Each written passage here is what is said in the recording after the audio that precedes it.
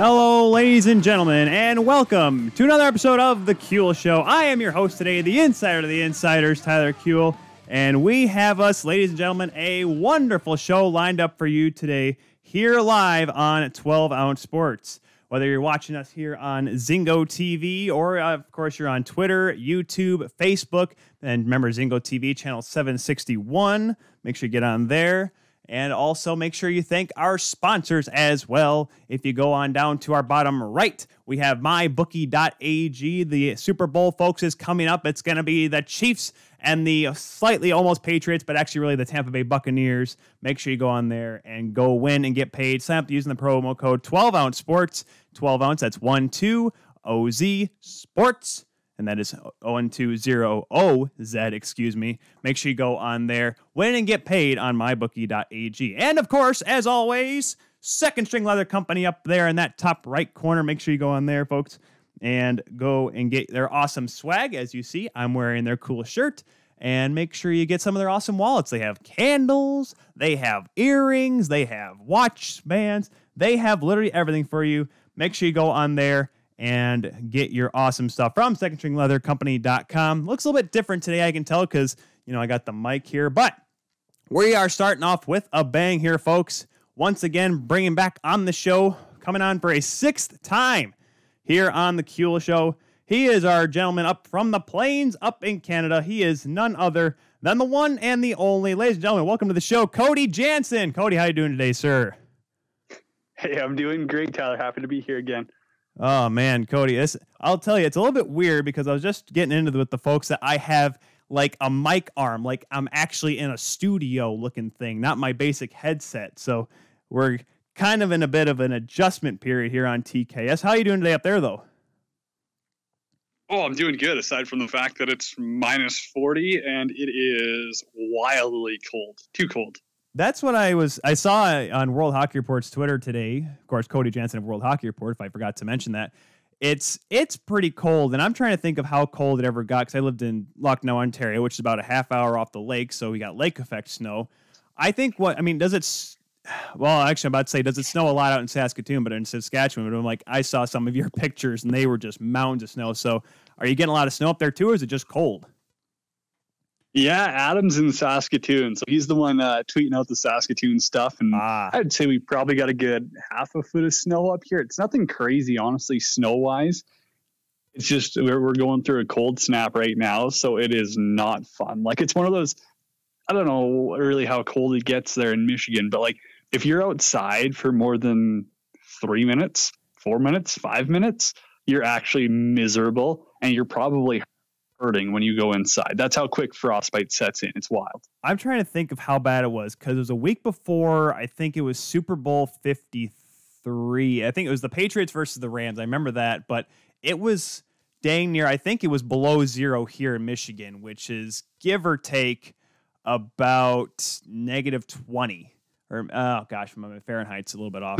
It was like every 18 degrees was 10. So I would say close to, it was about maybe negative 15 here, but nothing nearly as bad. I think it got down to, when I was in Lucknow, it got down to negative 30 once, and that was before the wind chill. So I guess I can say it was 1 week, and that was, let me just quick side story here, Cody. This is how bad it was in senior league. We had to drive 2 hours to Shelburne during this week, and wind was going crazy, and everyone had pickup trucks, which was great, easy to handle on the roads. Here's the problem. Didn't have a top on the back of it. So when we get to the rink, my pads are frozen. The leather, like, honest to goodness, frozen. Has that ever happened to you? Oh, yeah. No, that's a rookie mistake to not put your pads in the vehicle. That's, you can thaw out the rest of your gear in a good hour, but, like, the pads and stuff and your sticks. Here's a funny story for you. When I was playing senior up in Macklin, so we went on this road trip and we were playing in Cut Knife, and it's so cold in their rink to begin with. Like, it's borderline an outdoor rink. I mean, it's covered in wood, and that is absolutely it. And it's freezing in there, probably minus 30, right? And so they got us those like cheap. So you're saying the best ice in the league, sticks. Right? Best ice. Yeah, it's fine, but like no one cares about the ice at that point when your feet are so cold. It's miserable. Like, you just want to get out of there too. Like, they were terrible. We got these like CCM Pro Stock sticks, which suck. Anyone who's used CCM, like, if you're getting like they're just generic Pro Stock sticks, it's not going to last you long. And they were so cold. I swear everyone broke a stick in the game or two. Like it was insane. I've never seen so many sticks broken in a hockey game. That's just playing senior hockey because it was that cold. It was incredible. Like you had to tilt your visor up or else, it's just going to fog up instantly. It's that bad. See, that's why you just go with the classic wood. Wood just doesn't snap like that. That's the best part about it. But Cody, for a player. Oh, well, I guess. Well, I play, if I play shinny or if I ever have to jump in a men's league game and skate out, I'm going wood stick all the way. It's the $10 barrel bin over here at Pirani's. I mean, that's where you got to get them from. But Cody, the reason why we had you on here is because we had a big story over the weekend. And I'll be honest, until Friday night, the way this conversation was going to go was, will they or won't they? As in, will the Columbus Blue Jackets trade Pierre-Luc Dubois or won't they? Well, we found out that he did get traded. Big trade to the Winnipeg Jets, Patrick Laine and Jack Roslovic going down to Columbus, a draft pick, and Dubois going up to Winnipeg. Now, this was a big move for a couple of reasons, because it seemed like the writing was on the wall, Cody, because I wasn't sure, but it just seemed like the rift was there between Torts and Dubois. Now, this kind of has been spanning for a while. Obviously, we saw it last year in the bubble in the playoffs, during the game against Toronto, and it seemed like to help Dubois kind of become a better player. But as we saw with the contract negotiations, Torts was going to be an issue. And then we saw it come to fruition last Thursday when he got benched in the first period against Tampa. Has this been something between Dubois and Torts that's just been growing, and it's finally boiled over to the point where they had to trade him? They had no other choice?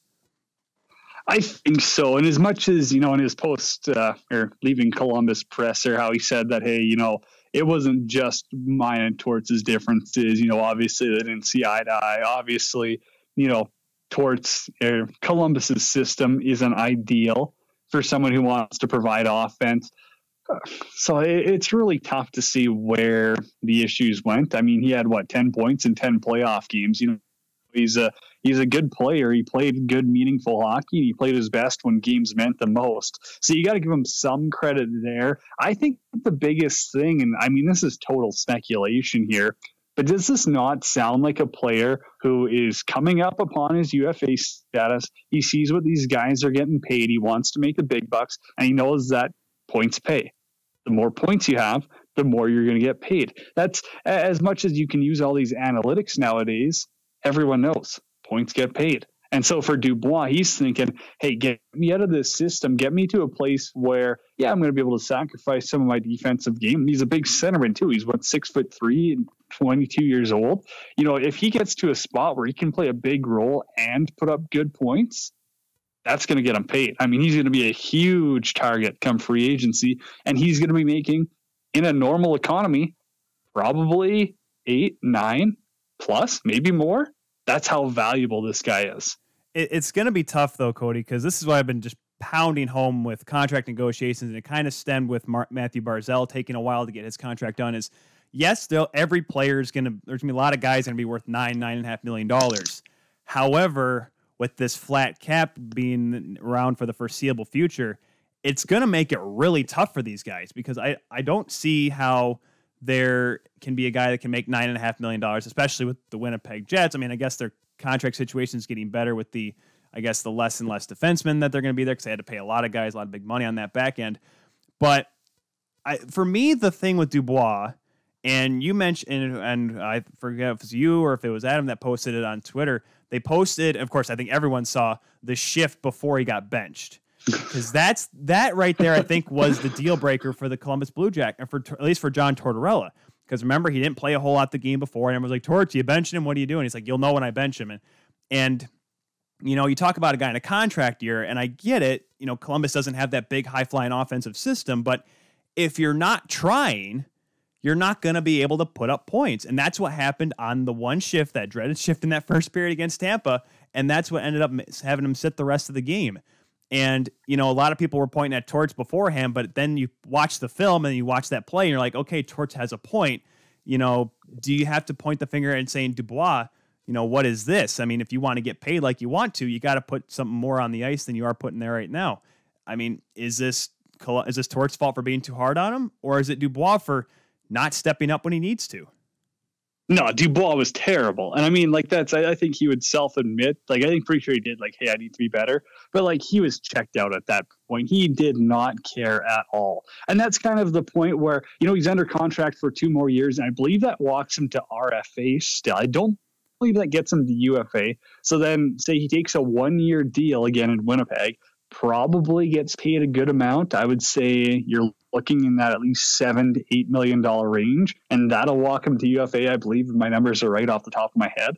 Then he's going to be looking, because I know it's a flat cap. I know you totally hit the nail on the head. In the next couple of years, I don't think we're going to see it up. And now we're talking 3-4 years down the road.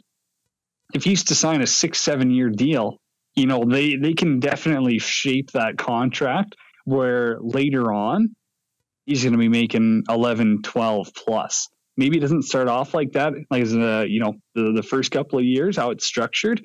But yeah, I mean, this is a big centerman with potential, and I get it. How he went out in Columbus is sour. That shift was pathetic. There's, it's a heinous effort by a professional hockey player making $5 million, but the writing was on the wall. He wanted out. Kekalainen, his value was just going down, and I think they had to get this deal done before Winnipeg pulled the trade off the table, essentially.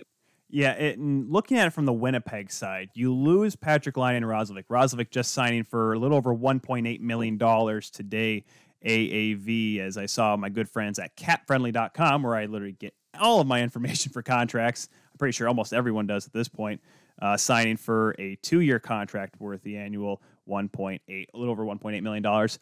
Who wins this trade, Cody? Because I look at this and I'm like, okay, they get Dubois, and yeah, right now look at Winnipeg center's depth. Holy cow! I mean, you have Scheifele, you're going to have Dubois. There's a lot down the middle, but you lose a guy like Laine, and I get it, Laine on the fritz. I mean, we had Ken Wiebe a couple weeks ago, and he says it may not happen. Same thing with Roslovic. It may not happen just because just because of the restrictions and travel and whatnot.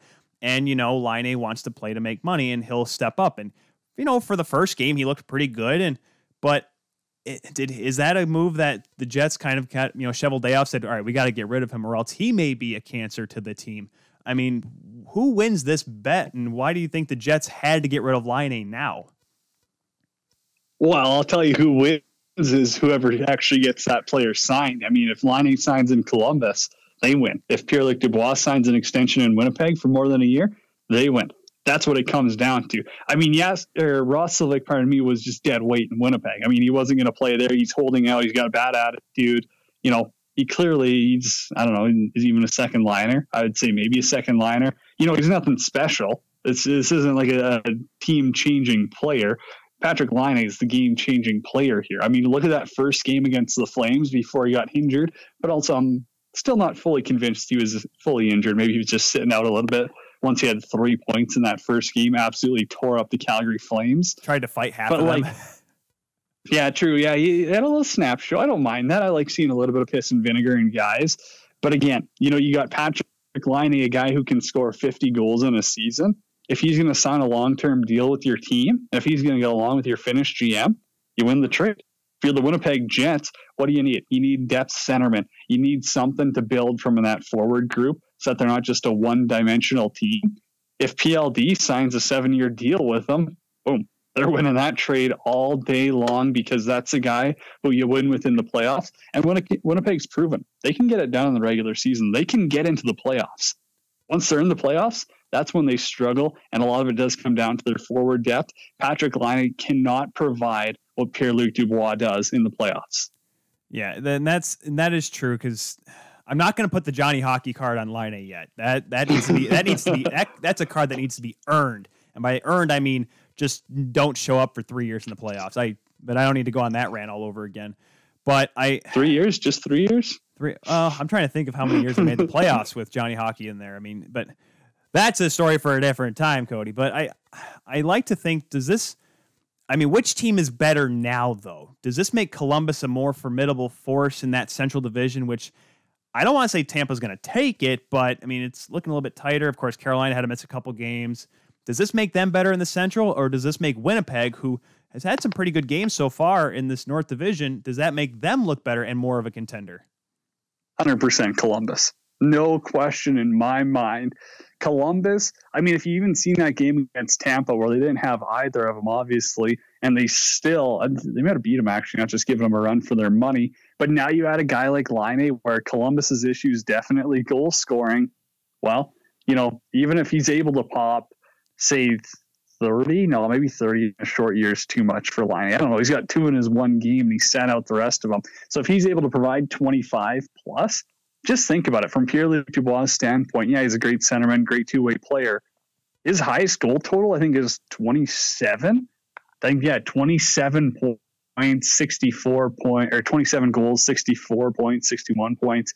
So, that's not a lot of offense on the grand scheme of things. All of a sudden, Laine comes in and pots an extra 20 goals for this team. Plus, that's a game changer. That's the difference in, winning a 1-0 game, winning a 2-1 game, and, actually being able to put up 3-4 goals in a game and compete with those higher scoring teams on a nightly basis. Now, devil's advocate, though, Cody, because you mentioned earlier, Columbus plays that more defensive system. So do you think Laine can adjust that system and still produce points, whereas Dubois is going into, I don't want to say the free-wielding Paul Maurice offense, because I'm pretty sure no one's ever said that about Paul Maurice's coaching, but, I mean, it seems like he's going to get a lot more freedoms to play offense. Dubois will, at least in Winnipeg. Can Laine have that same kind or similar kind of production and maybe then some with Torts' system down with the Jackets? Here's where Laine's most effective, and it's the power play.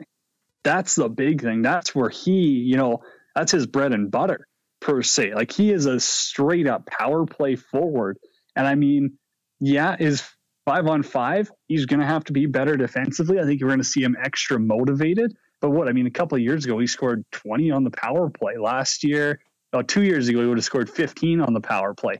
This is a guy where I totally get it. Maybe 5-on-5, he's not going to be himself as he was in Winnipeg. But get him on the power play, get him playing with Columbus's top guys. I think he's going to thrive. I still think he's going to put up a lot of goals, a lot of points, and that's something Columbus needs. It's going to be really interesting to see how this trade plays out, because when you see stars go which way, I mean, I'm trying to think of the last big one, and for some reason, the one that kept coming to my mind, Cody, and you can probably correct me on this, but I'm going back to 16 when it was Weber for Subban. I don't know if there's been a bigger one-for-one. I mean, I know Roslovic and there was a draft pick in there. I get that. But in terms of star player for star player, we haven't seen a trade like this, like I said, in about 5 years. Am I wrong? No, you're right there. I mean, I'd say Subban Weber is right up there. At the time, Subban, not 2021. It's hard to put Subban. Larson in that one. Oh, God. Well, yeah, no. Yeah. Well, Hall Larson was a star player for a defenseman that Chiarelli thought was a star defenseman. So that's all you need to know there. But it's a big move, and now there's expectations. And I don't know did you see the clip of when they were talking to Kekalainen about it? He said, we end up getting the number 2 player in that draft. And I'm just like, wow, Jarmo coming in there with the fire. I mean, but is that, I mean, I guess that's, Jarmo, A, trying to defend his decision, but B, kind of speaking the truth there. They did get the better player in that draft now out of this trade, right? Oh, 100%. I think that, as I said, short term, Columbus wins this one. Kekalainen gets his Finnish kid. You know what? They're going to get their goals. I think Roslovic, as long as he can play better defensively, he's going to fit in a good second, third line role. He might provide a little bit of offense as well.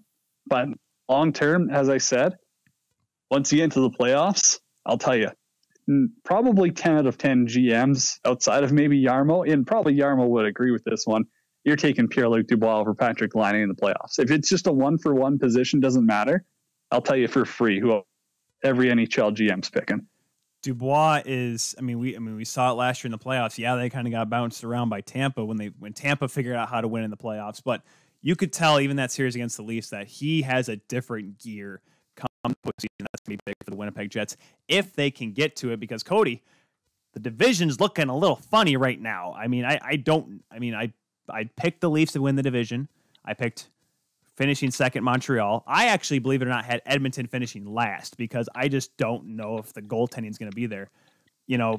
Quickly before we let you go here, who do you think, at least from what you've seen so far, looks like the best team in Canada? Well, I don't know. I think you're a little harsh on the Oilers there, and I get it. I work up this here, is not on 630 Shed. I know what I'm saying. I know which market I'm in. Hey, no. That's fair. That's fair. I think that the Oilers, their goaltending is obviously the weakest part of their team, but you got to remember that McDavid and Draisaitl, they're going to win you 10 plus games just by themselves alone. Like, I mean, like, nothing else that night matters what the team did. The only reason they won was because of Draisaitl and McDavid. And I mean, that's even why that game against the Jets wasn't a 3-point game, right? You know, Draisaitl ends up picking it up less than a second left. They win. That's huge when it comes down to it. I mean, think about it. Winnipeg would be an extra point up on them if that 1 second passes. You know, you've got two super special players. I would say one of the teams who honestly has impressed me again, and it seems weird because everyone keeps, beating the same drum here, is the Montreal Canadiens. Yep. I like their additions in the offseason. I still wasn't fully sold on this team. Were they able to score as much as I think they can? They've got the most goals in the North, and it's not even close. And they've played less games than Toronto. They've played less games than the Oilers. They've played less games than the Canucks. And they've got way more goals than anyone else, and they've also only allowed 18, which is second or third, I guess, if you want to count the Flames, who've only played 4 games. Right. But I mean, their goals against is pretty incredible. Their goals for is great. Yeah, they kind of look like a wagon right now. I know Toronto's up top, and probably they're my pick to finish number 1. The Canadiens, I don't think anyone should be sleeping on them yet. I'm pretty sure my picks are before the season were Toronto number 1, Calgary number 2, then it went Montreal, Edmonton. I'm pretty sure those are my top 4. And I think based on win percentage, I'm looking pretty good right there outside of the Oilers being behind the Jets. So I'll stick with that. I'm probably a genius. Also could be completely wrong, but I don't know. I like those Canadiens. They're really proven to people like, hey, we're a serious contender here. We're not just going to get into the mix. Yeah, it's going to be weird. I'm pretty sure no one expected Vancouver to be down where Ottawa's at in that division right now. But we have been chatting with Cody Janzen of World Hockey Report. Follow the guys. They're right here on 12 Ounce Sports, so you can't miss them at World Hockey Report. That's RPT for the report on Twitter and Instagram. We've been talking with Cody Janzen at Janner31_. Cody, thanks again for tagging along here on this beginning of the TKS. Thank you very much, and hopefully see you soon. Thanks, buddy. You're the best. Have a great show. You as well. That was Cody Janzen of World Hockey Report. Always a fun guy to chat to. He's actually at work right now, which is why we can only have him on for so long. Because I'm pretty sure Janner and I could just bicker along. Because you thought those stories were funny off the top, talking about how we were talking about how sticks break all the time in cold barns. We probably could have gone good another half hour on that. So appreciate Cody and Cody keeping it easy so we can get to the meat of today's show, because there is still a lot to get to today, guys. There's a lot of hockey to be talking about, because we're not just going to be talking about the NHL today, because of course we also have our college hockey scoreboard later on after we talk to In the Box podcast, and now is going to be a 10-time member of the Kuehl Guest Club, if you will, the Kuehl Show Guest Club. He is the captain of the 5-Timers Club. Thomas Biondo will be coming on at the top of the second hour, so a little over 30-minute span. I wonder how the mic sounds and all this. It's so weird for me because, of course, we're used to having like the play-by-play headsets and mic. And I got this condenser mic before. I got this actually for Christmas from my father-in-law, Chuck, Kelly's dad, who Kelly is in the apartment today. She is listening on, I'm sure. But he is, of course, it was actually a pretty cool gift because I'm like, oh, great. Now I got to figure out what to do with it because I work at a radio station similar to Cody Janzen. So I'm like, I got the arm here over the weekend. I also had a mic stand, but it looked kind of funny. So I'm like, let's do this, kind of what every other podcaster does. And I always like the idea of an arm so I can be more freewheeling. And so if I have to yell, I can pull myself away from the microphone so I don't blow your ears off. Because remember how I have to pull the mic away from my headset? I mean, now it's easier. I can just lean over here and I can say a bunch of explicitives and you wouldn't tell. Actually, you probably could be able to tell. But before we go any further, I have to remember to mention to you guys, if you guys want Second String Leather swag, how about get our swag, though? You can get that. Look at that. The Kuehl Show merchandise on Teespring. Teespring.com/store/The Kuehl Show with dashes between the and Kuehl and show. So be sure to go on there and get your awesome TKS swag at awesome prices on Teespring.com. Yeah. Look at me. I'm like a marketing voiceover genius. So, as we talked about, we got the college hockey scoreboard coming up here. later on in the second hour of today's show. However, I thought about doing something a little bit unique because for some of you that may not know, of course, remember a few weeks ago, maybe a little over a month ago now, we had joining on us on the show, Digit Murphy, the head coach and president of the Toronto Six. And I will say this, if you guys have not been really paying attention, if you guys somehow not been paying attention to our Twitter feed, at The Kuehl Show, by the way, hashtag TKS, you guys may have seen us talking about some women's hockey action going on. The National Women's Hockey League started up this past weekend in their Isabel Cup bubble. So let's do something awesome because I know it's only for 2 weeks. So I'm like, let's give them a little bit more exposure as much as we can. I mean, shoot, they had like 8,000 people watching on Twitch every single game this past weekend, which was awesome. But however, let's give them a little bit more love because, ladies and gentlemen, it is my pleasure to introduce to you for the first time ever the NWHL Scoreboard, presented by also our good friends at secondstringleathercompany.com. Let's get to what happened on Saturday, guys. We had the Metropolitan Riveters knocking off the Toronto Six in their first game, a 3-0 score. Layla Kilduff, 2 goals in the game for the Riveters. Sonia Shelley, a 40-save shutout in that one. Great game out of her. She looked really good. I mean, Toronto Six outshot them. I'm almost double at one point during that game. Toronto Six looking like they've been there before despite it being their very first game. Game 2 of that Saturday afternoon, the Minnesota Whitecaps beating the Boston Pride by a 2-1 score.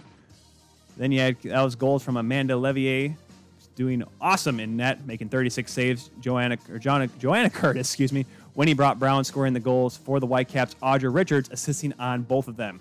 The Connecticut Whale knocking off the Buffalo Buttes in a shootout. I'm not a big fan of the shootout, but you got to get wins here in this bubble. Kayla Friesen, the lone goal in regulation for the Whale. Caitlin Rust, the shootout winner.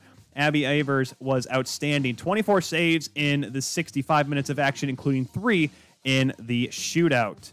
On Sunday, the Minnesota Whitecaps moved to 2-0 with a 6-5 shootout win over the Toronto Six. Guys, this one was a heartbreaker for the Six. You had a big goal early on from Eastwood, the first ever goal for the Toronto Six, but then Connecticut in the second period started to mount the comeback. The Six had a 5-1 lead. Whitecaps come all the way back. Cindy Baldwin, a goal and assist during that time frame. Nina Rogers and Haley Mack scoring in the shootout.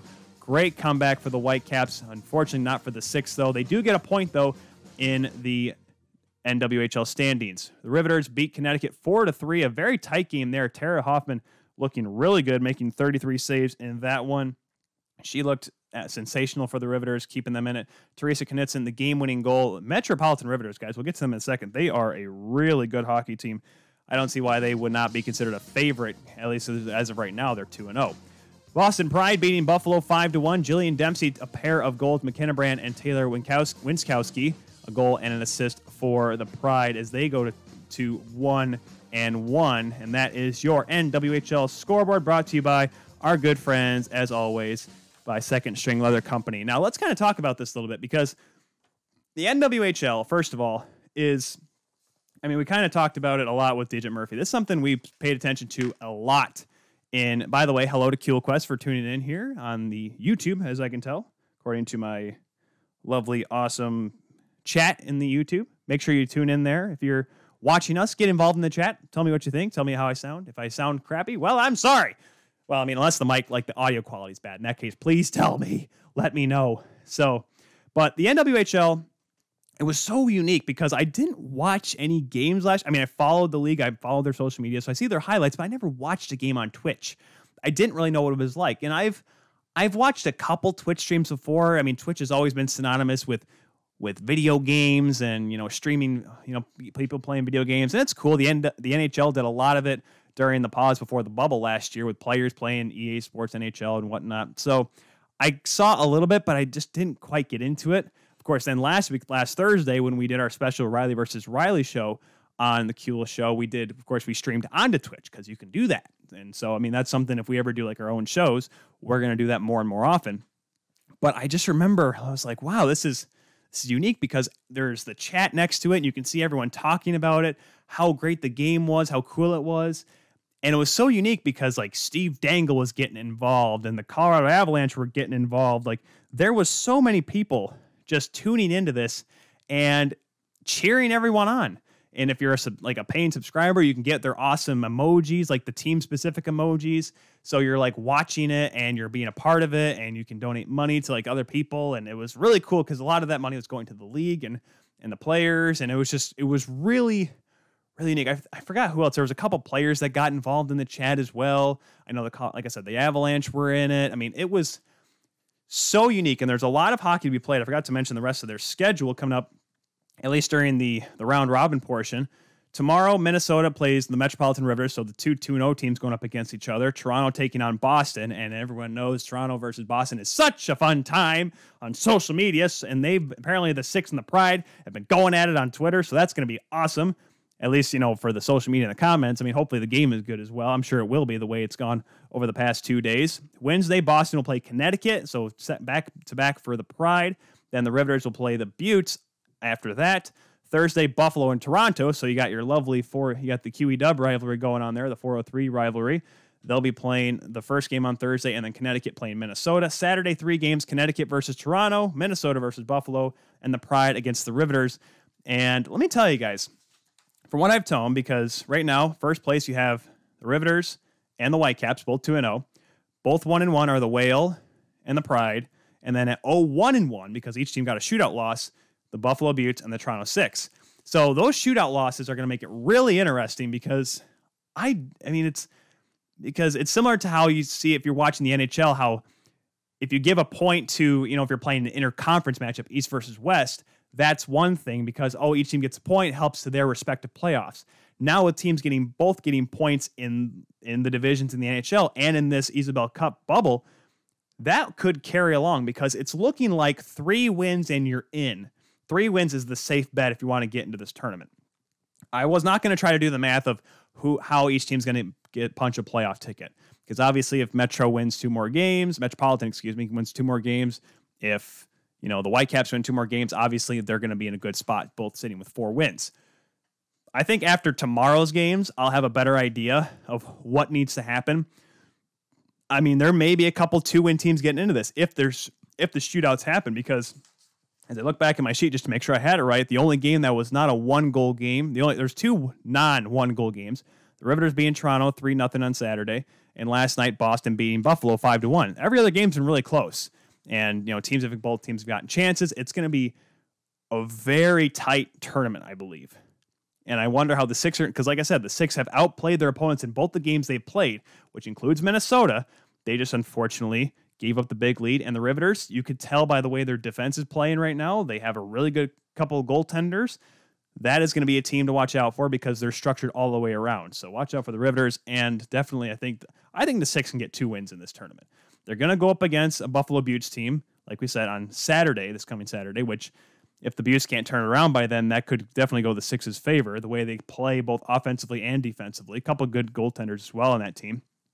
It's going to be interesting. I think next week we'll probably have someone on to talk about the semifinals because on the February the 4th and the 5th, those are the semifinals and final of the Isabel Cup Championship, which will be live on NBC Sports Network. That's huge. I know the network is going to be going away at the end of the year, but that's big for them because obviously national exposure, national TV audience for their biggest games of the year. So that'll be Friday and Saturday. So they'll have a whole 4 days off. I'm about to say like 5 days off. No, 4 days off before the semifinal and final for the 4 teams that get in. I wonder if maybe they do like a quarterfinal where the top 2 teams get a bye, everyone gets the playoff spot. But no, we are going to make sure only the best get in there, the best 4. So it's going to be tight. And I think the way these games have played the first couple days, there'll be a couple of really good games to watch and maybe some surprises the rest of the way in the National Women's Hockey League. So tune in for that. They'll be on NWHL's Twitch channel. You can also, Twitch and search NWHL. I'm pretty sure we posted the link a couple times when we were watching games yesterday here on the Kuhl Show. So be sure to follow that there. All right, something I pertain to a little bit before the show. If you follow us on Instagram at the Kuhl Show, I showed that I was alone for this show, and obviously you can tell that I'm alone because, well, unfortunately, there's no invisible person next to me right now. But so the reason why I'm alone today, and the reason why I went full scale with like the mic and everything, because Alex, unfortunately, will not be with the show at least for a little bit. He's not like gone. He's not like never coming back gone. He got a new job, and unfortunately, he works during the show. And right now, we didn't really find a good time for both of us to maneuver our schedule. And we talked about it. And he said, hey, for now, just do the show and this is where him and I both came to a mutual agreement that I do the show for a little bit by myself. And if later on down the line we find a better date to do it, because obviously we can still go live here on 12 Ounce Sports, which is what we want to do. Him and I both want to stay here on the network. If we ever have to go to it where we just post to the 12 Ounce Sports later and we do our show on a different day on the Kula Show networks, we can do that as well. We had the guys at 12 Ounce Sports be both understanding, but as of right now, we're going to stick with our Monday show, 6 to 8:30 here on 12 Ounce Sports, because we just don't know what else to do right now. We're still in the feeling out process because the world is funny right now, and we're not quite sure on what we want to do or what we should do. So be sure to just stay tuned. If we want to change anything, we'll let you know. We have the Twitter, we have the Facebook, we have the Instagram. We don't have Snapchat because we're not dumb, and we're not getting a TikTok, no matter what anyone says. So just remember that. Some people are like, oh, TikTok would be great. It'd be kind of funny. No. Alex has a TikTok, and that's good enough for this show because I don't ever have to be a part of it. So moving along here on the Kuhl Show. Like I said, we have Thomas Biondo from In the Box and also Davenport Hockey play-by-play broadcaster Thomas Biondo coming up here at the top of the hour. So before then, we have a couple things to talk about. Obviously, we got through the Dubois Laine trade. So if you're just tuning in, that was at the top of the hour, which you can catch on the replay of the Kuhl Show on the Kuhl Show YouTube channel and on your favorite podcatcher, because we are recording this. We are recording this, right? Yes, we are. Okay. Had to make sure the record button was on the Audacity to make sure it was actually working. I mean, I'd be able to figure out a way to post it later, but it's easier on me to make sure that it's recording right now. But a couple things we'll talk about. News that came out a couple hours ago. John Chayka was fired not fired. He left the Arizona Coyotes before the playoffs last year, but he's been suspended by the National Hockey League for just, leaving the team. It's really a unique scenario because there was no whiff of this. There was no underlying rumor. There was no whispers. This just came out of nowhere. John Chayka being suspended through the end of this year. So this is not the season, till the 2022 season. This is literally the calendar year. So in a memo sent by the league to its teams, Chayka engaged in conduct detrimental to the league, breached his obligation to the club, being the Arizona Coyotes, and was properly terminated by the club. End quote. That was by the NHL. So of course, the Coyotes were disappointed. The statement was issued on July 26th that he had left the team. He apparently had been reported a couple days before that he was leaving the team. And there was just everything going wrong for this hockey club because remember there was the issue with the draft pick and what have you, and how he bullied a kid, and I don't know if that was Chayka or if it was the new regime just trying to quickly pick somebody with the first pick that they had in that draft, because remember they didn't have picks in the first 3 rounds. They only had that 4th round pick was their first. And it sent the whole franchise back into disarray. It seemed like it sent them back like 5 years because Chayka went in there with this mentality of, we're going to use analytics to win hockey games. And as we saw last couple of years, especially last year when they actually made the playoffs, the team was getting better. Now, yes, they got Taylor Hall, even though he didn't do a whole lot. They have Phil Kessel, who's still around with the team, still looking good. But I just wonder, now, how is this going to affect the team moving forward? Now, the Coyotes haven't started out awfully right now. They're not playing the worst kind of hockey. They're sticking with it. They're hanging in there. It's really early to be looking at the standings, but I'm just going to quick look just to make sure I see how many wins they have. They're 2-3-1, so they're not awful. They are currently last in the West right now, the Honda West Division, by the way, but they're not in an awful spot. They're not totally out of this whole thing. There's a lot of hockey to be played. They've played 6 of their 56 games. So I would think in 50 games you could figure it out. Obviously, Vegas is off and running. Minnesota is 4-2. Well, we'll talk about them a little bit later on. We'll get to our what to watch for in the week of the National Hockey League. But I just wonder, I still wonder why John Chayka left. Obviously, there was the whole thing about them not being able to get Taylor Hall because Chayka they were not obviously meeting terms with Taylor Hall and his agent, and I understand that, but then they don't get Taylor Hall. And now they just looks kind of bad on the team for just letting him go. And obviously, we've seen this before. I remember there was the whole thing with Trevor Linden and the Vancouver Canucks ownership, how he said we should definitely, try to start rebuilding now, but the ownership's like, well, we have this at Eanes, we got to try to win, and ended up putting the franchise a few years further back than they want it to be. So there's a lot to be looking forward with John Chayka. What's he going to do moving forward? Is he I don't want to use the word blacklisted, but what is this going to affect him? How is this going to affect him moving forward? Will this make it harder for him to get a job? Because obviously it took the Coyotes a few years to actually get to a winning team, to a winning formula, but it was what Chayka was doing behind the scenes that was helping this team get better. This team is not going to be a superstar team ever, but they're going to have the right players in the right places. At least that's what it was looking like. But now, are they going backwards again with this new leadership? And I get it. Stevie Sullivan's in there trying to help out as well. And, there's a new regime, and there's this team's supposed to, just stick with the formula that had been. But you can tell something's up with that team. Darcy Kemper's only going to lose his mind maybe a couple more times before he wants out of there, guys. I'm sorry. Did you watch that game the other night? Took him how many tries to break his stick? It's how many times more he's going to be able to take it from this team if they can't figure out a way to get this team back on the winning track. Now, like I said, there's a lot of time left. I'm not going to make any assumptions on teams, but something needs to be fixed there, because obviously there's something kind of hovering over this franchise in Arizona that's kind of putting them back a little bit from the progress they had made heading into the end of last season. So we'll keep our eyes on that. Obviously, like I said, John Chayka being suspended through the end of this calendar year into 2022. The other news, because this past weekend, guys, I don't know if you noticed, the Dallas Stars started playing hockey. Whoa, what a big deal, right? What a big concept. Well, remember, they had synonymous amount of COVID issues for the longest time. That's why they started so late. They didn't play until this past weekend. But all of a sudden, guys, bang, bang, bang, they're looking like one of the best teams in the league. Now, yes, we look at that very first game and say, of course, they look good. Tyler, they scored 7 goals. And let's be honest, a lot of them, I believe 5 of them were on that power play. Poor Peyton Turnage, someone had to calm him down because he was losing his mind. I mean, it was a dominating offensive performance. And that team, of course, it was only a 3-2 game the next night, so a little bit more manageable. But I think what you saw in that game last week between Dallas and Nashville was a team pent up aggression. Imagine coming 2 wins away from the Stanley Cup. And I know I said it in the preseason, Dallas is not going to be nearly as good as they were. They got lucky, partially a fluke. I don't know if Udobin's going to do the same thing he did last year, yada, yada, yada. However, imagine having to sit longer than all these other teams and watching these teams play their games. They've only played 2. Like I said, a lot of other teams have played 6, except for Carolina and Nashville. We'll get to that later. However, they are in a spot where they wanted to play really badly.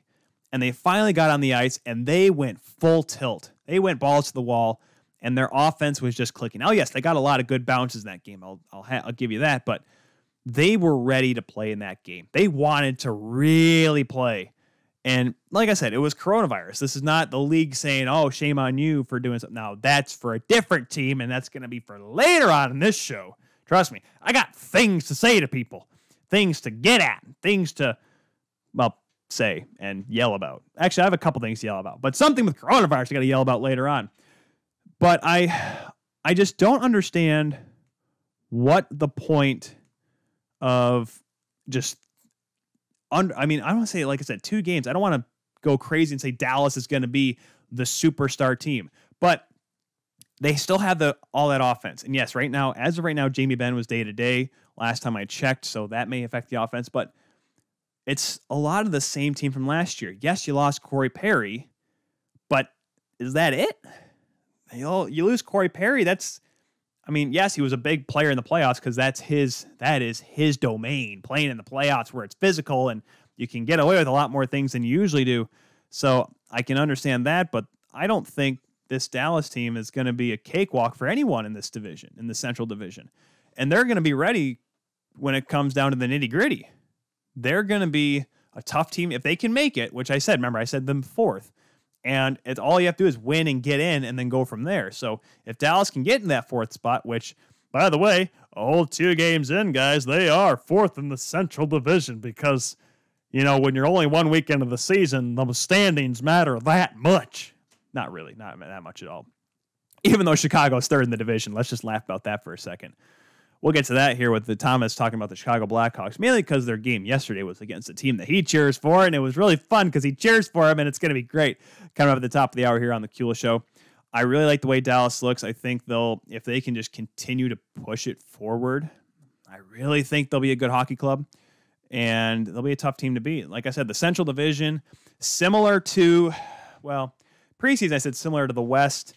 That may be a little bit different as well. It's going to be teams at the top, teams at the bottom, and a wide divide in between them. I still think that's going to be the case once everything starts to play out a little bit.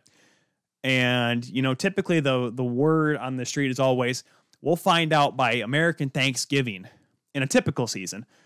American Thanksgiving will be the time when we find out who is in, who is not. There'll be some teams on the bubble, like on the outside for that final wild card spot, but we'll see the teams that, top 3 in the division by American Thanksgiving, they'll be in the playoffs. Well, obviously, we're a little bit past Thanksgiving, both American and Canadian, so we can't say, oh, hey, this team's there in November. They'll be ready for the playoffs. Because that's about the quarter mark of the season. So what I've been trying to tell people is, how do you know when a team's going to be a playoff team? And to that, I say Valentine's Day. That's going to be a good guesstimate on where teams are at. Like I said, some teams can get on hot streaks and kind of turn things around, but some teams can also fall off. I get that. And there'll be teams around that third, fourth, and fifth spots. But if you see a team at 1 and 2 around Valentine's Day, I think you'll really be able to say, all right, this team's going to be in the playoffs. Now granted, yes, there may be a 2-point difference between first and fifth in some of these divisions if these shootouts and overtimes keep happening. But like I said, that's why I give it a little bit more than a month.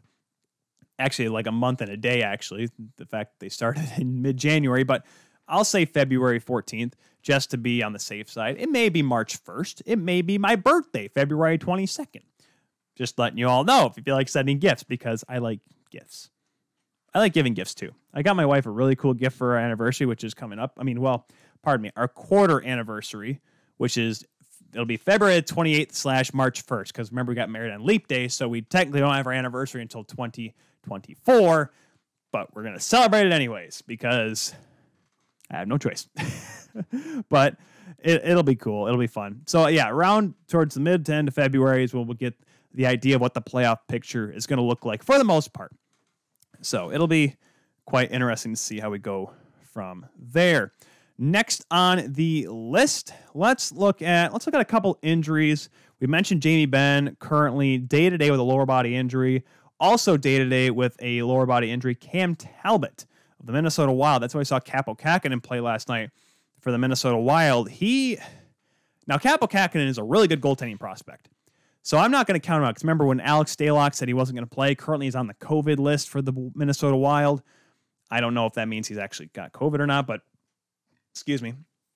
See, I actually can burp away from the microphone now, so you just won't hear this bleh into your ear. So you're welcome. Or what? You're going to watch me burp if you're watching on 12 Ounce Sports or on the Kula Show on the replay. That comes up on Tuesday. But regardless, the Minnesota Wild, like I said, they're second in that Central right now. And like I said, it's really early, but they're 4-2. They're looking confident. And let me just take let me click, because I didn't pull up their schedule because I just didn't quite think about it. They're second in the West right now, not the Central Division. They're behind Minnesota. You have St. Louis right behind them with 7 points, 3-2-1. Like I said, way early to be saying, oh, this is a playoff team.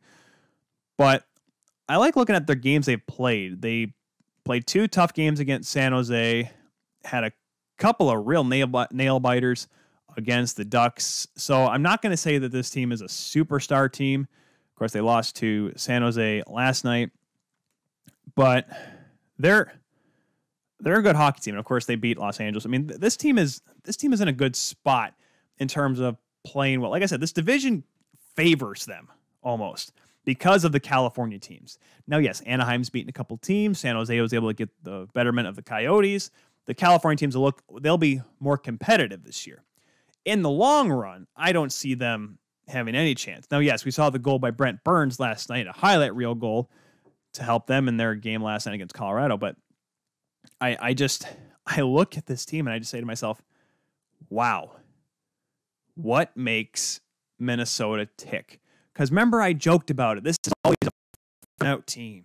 They made it to the qualifying round, and they still lost to Vancouver. They'll lose in the first round in 5 games. That's all they ever do in Minnesota. Well, while that is true, while there is merit to that statement, this is a division where they can be competitive in. Now, yes, like I said, if you look at the top 4 that I picked Vegas, I picked Colorado, and I picked St. Louis to go with Minnesota in this division to be in the playoffs, which, yes, would favor the other 3 teams in that division.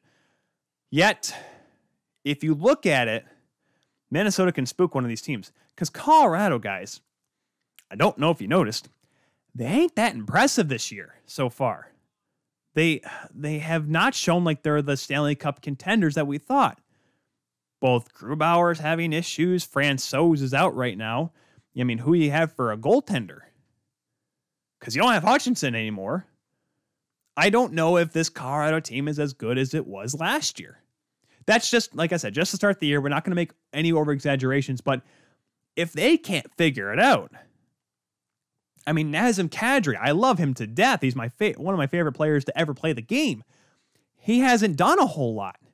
Nathan McKinnon is trying to do everything he can. Landeskog, he's been able to come up big in a couple of games for them, but the back end, I don't know if it's because Nikita Zadorov's not there anymore, but that's looking a little bit softer. I mean, the Colorado Avalanche guys they look mortal so far.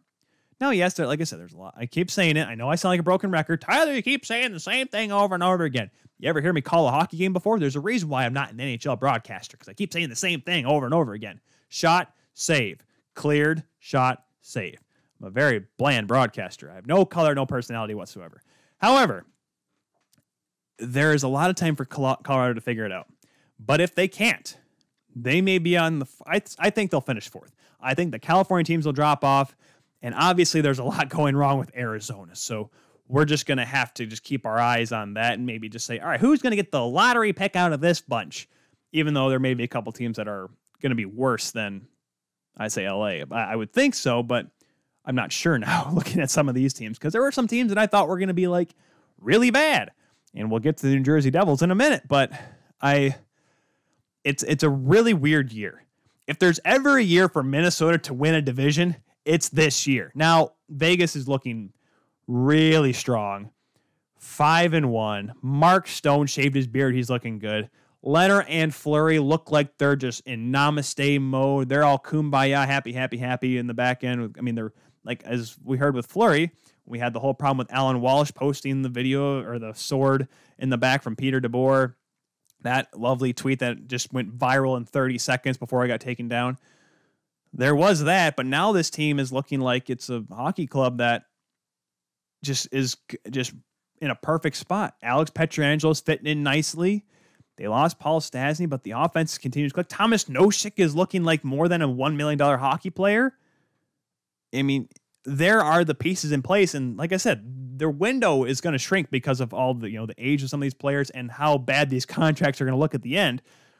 The window is shrinking on the Vegas Golden Knights, and it's hard to say that for a team that's only in its fourth season. It's been 4 years now, guys. Jeez, good Lord. 18, 19, 20, 21. Yeah, we're there in their 4th season. And they're looking like a team that needs to win now. They can't falter in the playoffs. 2018, they made it to the Stanley Cup Finals. Great. 2019, they got screwed. Okay. Last year, they lost. They straight up lost to the Dallas Stars. It wasn't they got gypped or they made it far. They lost.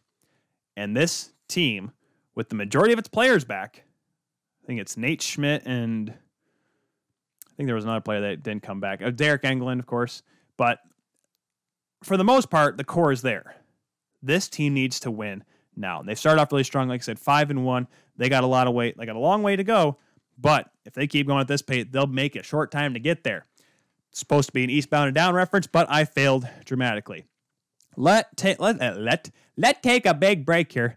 Let us take a quick break here, guys. When we come back, we will be chatting with In the Box podcast is Thomas Biondo. You guys all know him. He's been on the show a few times before. He'll be making his 10th appearance here on The Kuehl Show. We'll get to him here after this break. So when we come back, we'll have more of The Kuehl Show for you here on 12 Ounce Sports. Bye. Nice outro, Tyler. You're doing a great job. Oh, shut up.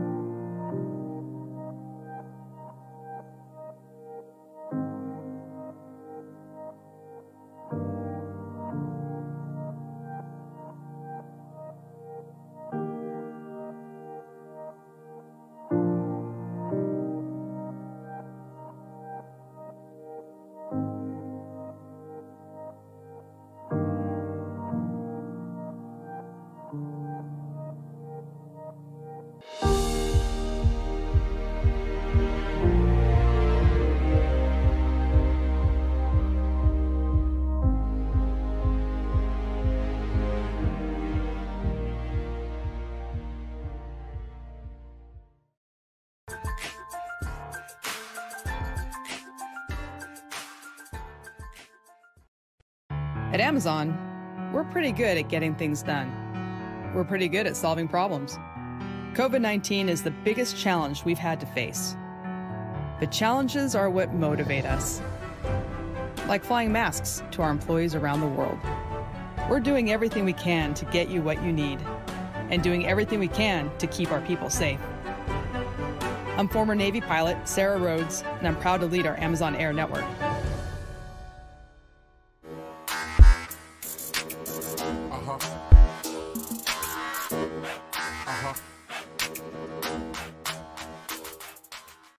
Welcome to MyBookie.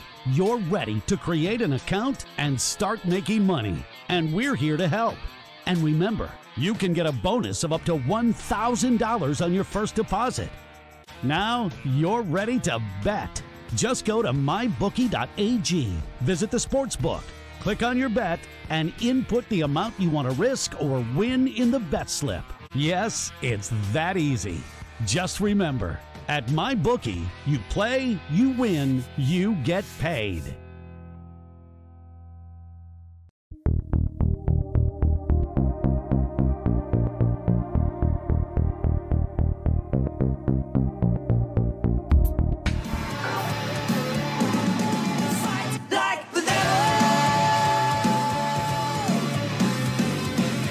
And welcome back to the Kuehl Show, everyone. Tyler Kuehl here on this Monday evening, January the 25th.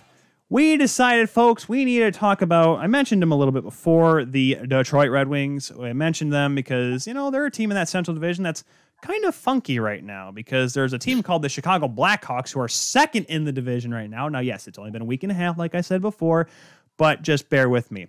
So we need a guy, though, to come in that's a little bit of an expert with the Detroit Red Wings. We've had him on the show a couple of times before. He is a member of the In the Box podcast, also the play-by-play voice of Davenport D1 University Hockey. Ladies and gentlemen, welcome back for a 10th time, none other than the one and the only Thomas Biondo. Thomas, how are you doing today, sir?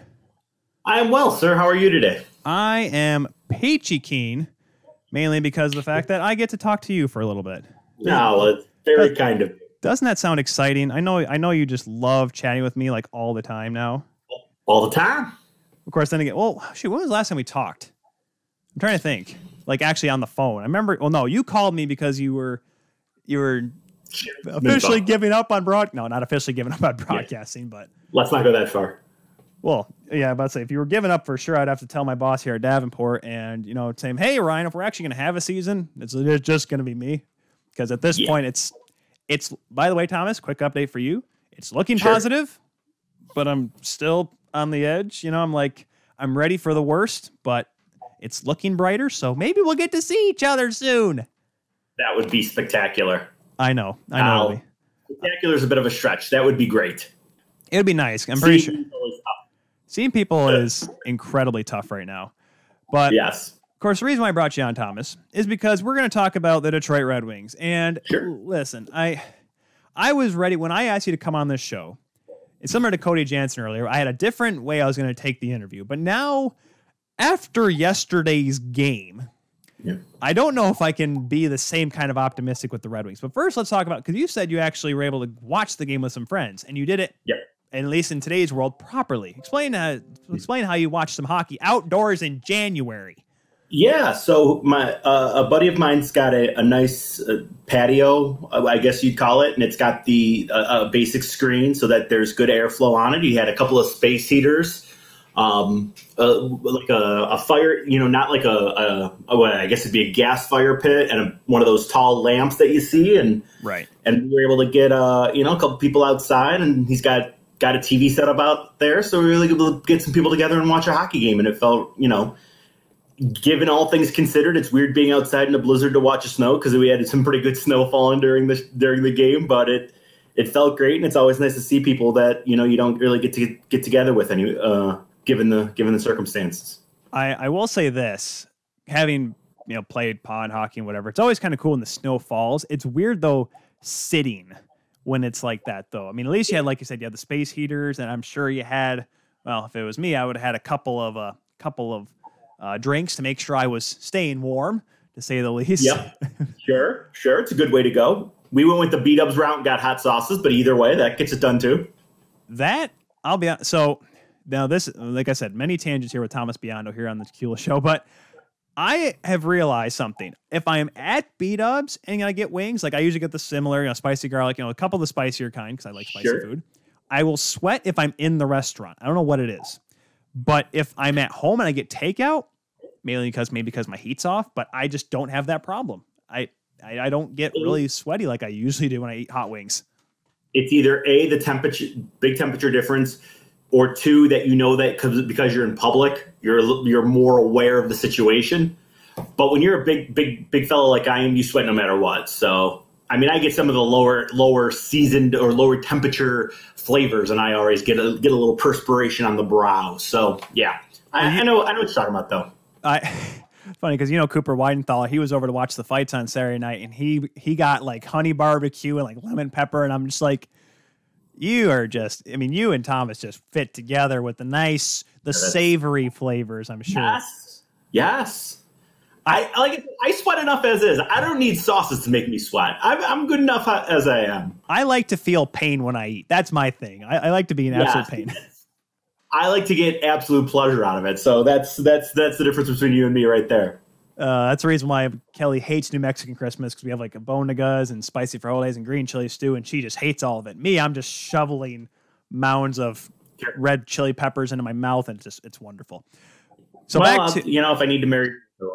Yeah, it's true. But back to the Detroit Red Wings, who were seemingly, maybe not a hot wing, but they were like a good, medium, maybe mild wing.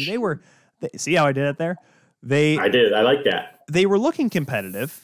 They had a couple good games against Carolina. They literally fought against Columbus, but just the fact that they were showing that kind of fight was great. But yesterday happened.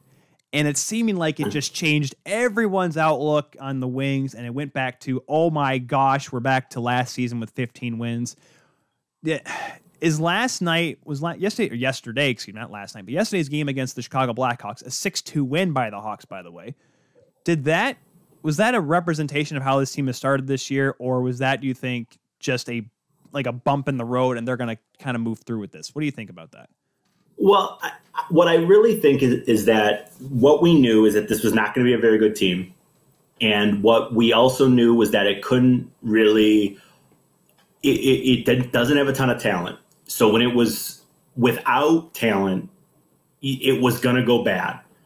And the loss of 5 guys to COVID protocol on top of Darren Helm not playing Sunday, I mean, you don't – If you're seeing Taro Hirose and Giovanni Smith playing, Hirose was on the power play. And now, granted, the power play actually scored a couple of times, but that when you're getting to that level of your depth that you don't really want to get into, and that's no disrespect meant to Hirose, but you just know it's going to be rough. And it really is just the Sunday game. Like the Friday game, 4-1, you think it's bad.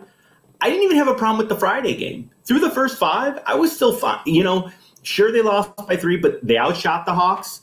Specialty teams have been a bugaboo nearly the whole time that Jeff Blashill's been coach. So if you look at just, you flip specialty teams, even Friday's game, like I said, I don't have a huge problem with. Sunday was disappointing, but it's only game 6. This team hasn't played since March of last year, so I'm trying not to freak out about it. I'm trying not to freak out about it and just say, hey, it's one of those games that it just kind of happens. Also, their first road trip of the year, too. And I just think that there's a lot of factors that goes into why the trip to Chicago was so disappointing. Because they're 2-4.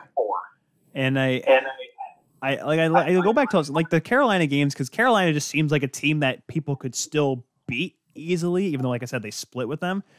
The Columbus games, I think, for me, were the real telltale signs that, hey, this team is actually, giving the team, they're not making it easy on anybody. They got the 3-2 win in the second game. They lost 3-2. Of course, that was the one where you had Dylan Larkin fighting Werenski, which for all of us Michigan fans was like, well, this is interesting.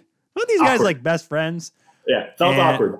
And you had Bertuzzi trying to fight everyone else on the ice. Oh, who was the other guy that was in the fight? It was with Bjorkstrand. Okay, because it was the afternoon game. I remember I was watching it at work.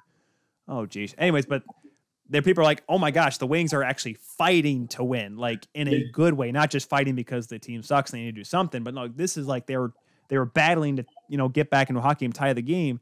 And they were actually, they cared. And I'm sure that's what kind of got everyone like, hey, this is what we want to see. And like I said, like you mentioned, it yesterday was kind of just, the kind of the one-off, hopefully. They go into Dallas tomorrow, which, I'm going to text my buddy Peyton Turnage and ask him, hey, how's Dallas this year? Because that first game for them, they look pretty good. But there's a couple of, positives to look at for this Detroit Red Wings team. Obviously, I think the one that I like to hear your opinion on, even though it seemed inevitable entirely, was Dylan Larkin getting named captain. Was the time right for it to be now, or do you think they, Blashill was just like, let's just do it, and he's seeming like the only guy? Because that was my pick for the longest time, because it just seemed like the road for Larkin to be captain was just paved in gold and seemed pretty darn obvious. Do you think it now the right time to make Larkin the captain? Yeah, I do. I didn't have a problem with it. I always find it interesting how these things actually happen, because everybody, and it really struck me when you said it that Jeff Blashill did it, and I always everybody that you hear on sports talk around here is, well, Steve Yzerman needed to see how it was going to go for a year, and I guess I never really knew how the captain was decided upon. GM anointing, coach anointing. I always kind of thought there was a team vote or a team discussion on it. However it got done, though, at the end of the day, it's the right choice. Larkin was really he when the team was as bad as it was last year, he did the leadership things. I need to be better, pointed at himself. Really took ownership of that. And it's real easy to take ownership of stuff and to spread the praise when you're winning. But when you're losing and taking on the ownership and the blame of that, I think that's what made it kind of inevitable. Not just that he was young and he's talented and all that stuff, but there was also the growing up and the way he talked too. There was just a lot of that as well that I think really made it okay. And it's I think they went, was it just one season without a captain? But I don't think that there was a need since you've got him to a deal, he's going to be here. I think you're right. It was no reason to delay the inevitable any further. Because it was 1 or 2 years. I know it was at least one after Zetterberg had to retire. So it wasn't like it was forever. Like, of course, the Leafs before they had Tavares, there was, I think, a good 3-year span between Tavares and Phaneuf, who was their last captain. So, is it seeming like more and more these days where if you have a lot of veterans, obviously the Detroit Red Wings are outside of this because the veterans they have are kind of just guys who were just brought in because they needed to field a hockey team. And we'll get to a couple of those guys here in a second. But if you have a veteran core, or at least a group of players that is your leadership group, it seemed like, when the Wings got him, I don't think they needed him as much, or they didn't need a captain after Zetterberg left because the team was kind of like, what are we going to be? So I can see why they waited. But the Leafs, they had Riley, they had Anderson, they have Matthews and Marner. Like, that's the leadership group. And Tavares came in. They didn't necessarily need a captain. Do you think, like, nowadays a captain is more or less just, hey, media needs to talk to a guy after we lost, we'll put you out there? It's seemingly less and less important than it used to be back when Yzerman and Gretzky and Lemieux and Sakic, like when the captains were the guy on the hockey club. Do you see it that way?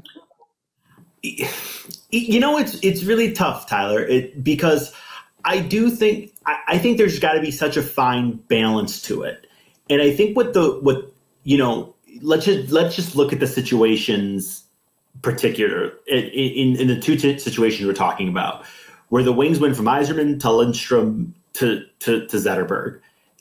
That was clear. It was easy. It was clear. It made sense. There was no ifs. There was no ands. There were no buts. I think when Zetterberg retired, most people felt fine. Like if it would have gone to Larkin right away, they would have been okay with it. But I think that there was not really this uproar to delay it. Right. And on the same time, the team was also, I think most people knew that the rebuild was coming. So I don't think that they really wanted to say, okay, now that we're going to be really bad, here you go, youngster, you're now the captain. With the Leaf situation, I think that there was a little bit of, and you're going to have to talk to me with time frames and help me with it, but after Phaneuf wasn't captain, how long after that was Matthews drafted? That would have been So he was traded at the deadline of the 15-16 season. So that summer, and they didn't have a captain until Tavares got 20 last season was the year he got picked as captain. So basically, what it would, if I'm hearing you right, Phaneuf gets traded and Matthews gets drafted like 4 months apart, right? And the deadline, and then Matthews is drafted in that next draft. Yes, because it would have been June, and I think he got traded in either late February, early March. Yeah, around that. But yeah, similar. Yeah, similar. I think that. See, and I guess this kind of gets back to your initial question: is why do captains matter? I think they do matter still because they wanted. I think they really wanted Matthews to kind of take up the mantle and be the captain. And I don't, again, I'm not in the locker room with Toronto. I don't know the inner workings, but I think that there is a component of the player doesn't necessarily have to be a superstar, but boy, he's got to be really big. And I think that they knew, okay, we're going into a season with a number one, with a 1-1 overall. Let's not make anybody captain. And with any luck, this is just going to kind of solve itself and he's going to become captain. But in his defense, I don't think it's also a knock that he isn't the captain or he didn't become captain either. And when you have somebody like Tavares, you kind of poo-pooed it, and I don't know if you did it on purpose, but I think it's really important to have that guy to say, okay, yeah, you have to go talk to the media. You're the face of the team. Yeah, that's a lot tougher than I think that a lot of people really really want to give it credit for. And think about the Boston thing, how hilariously funny everybody thought that it was with the joke about going to Marchand. Oh. There's no way that Brad Marchand is going to be a captain. It's got to be Patrice Bergeron. You can't have Marchand being the voice of reason. It is that thing, and I do think that C really does matter. Yeah, and I mean, there are some teams where you have to try to figure out who the captain is. I don't know how many. I think there's 2 teams that don't have a captain right now. I think that's right. That would be a good guess. That's not a definitive answer. If you went by each team, I could probably guess who the captain would be, and then you'd have to tell me which team doesn't have a captain. But in the case of Detroit, I think now is the right time because it's looking like the team is, I'm not saying turning it around to being the Stanley Cup contender they were a decade ago, or a little over a decade ago now, because that 2010 team was nowhere near ready for a cup. So we'll say 15 years ago. But they're going in the right direction. So I guess it's a good time as now to do it. Now, go ahead, Thomas. I was just going to say two things with that. One is, I think last year was pretty much rock bottom. Yeah. So I think that makes it a little bit easier that that you're now on the upswing. And again, to your point about with your captain listing, you're right. It did seem like, now what I will agree with you, or I don't know if this was necessarily what you said, it did seem like more 25, 30 years ago, it was damn near guaranteed the best player was the captain.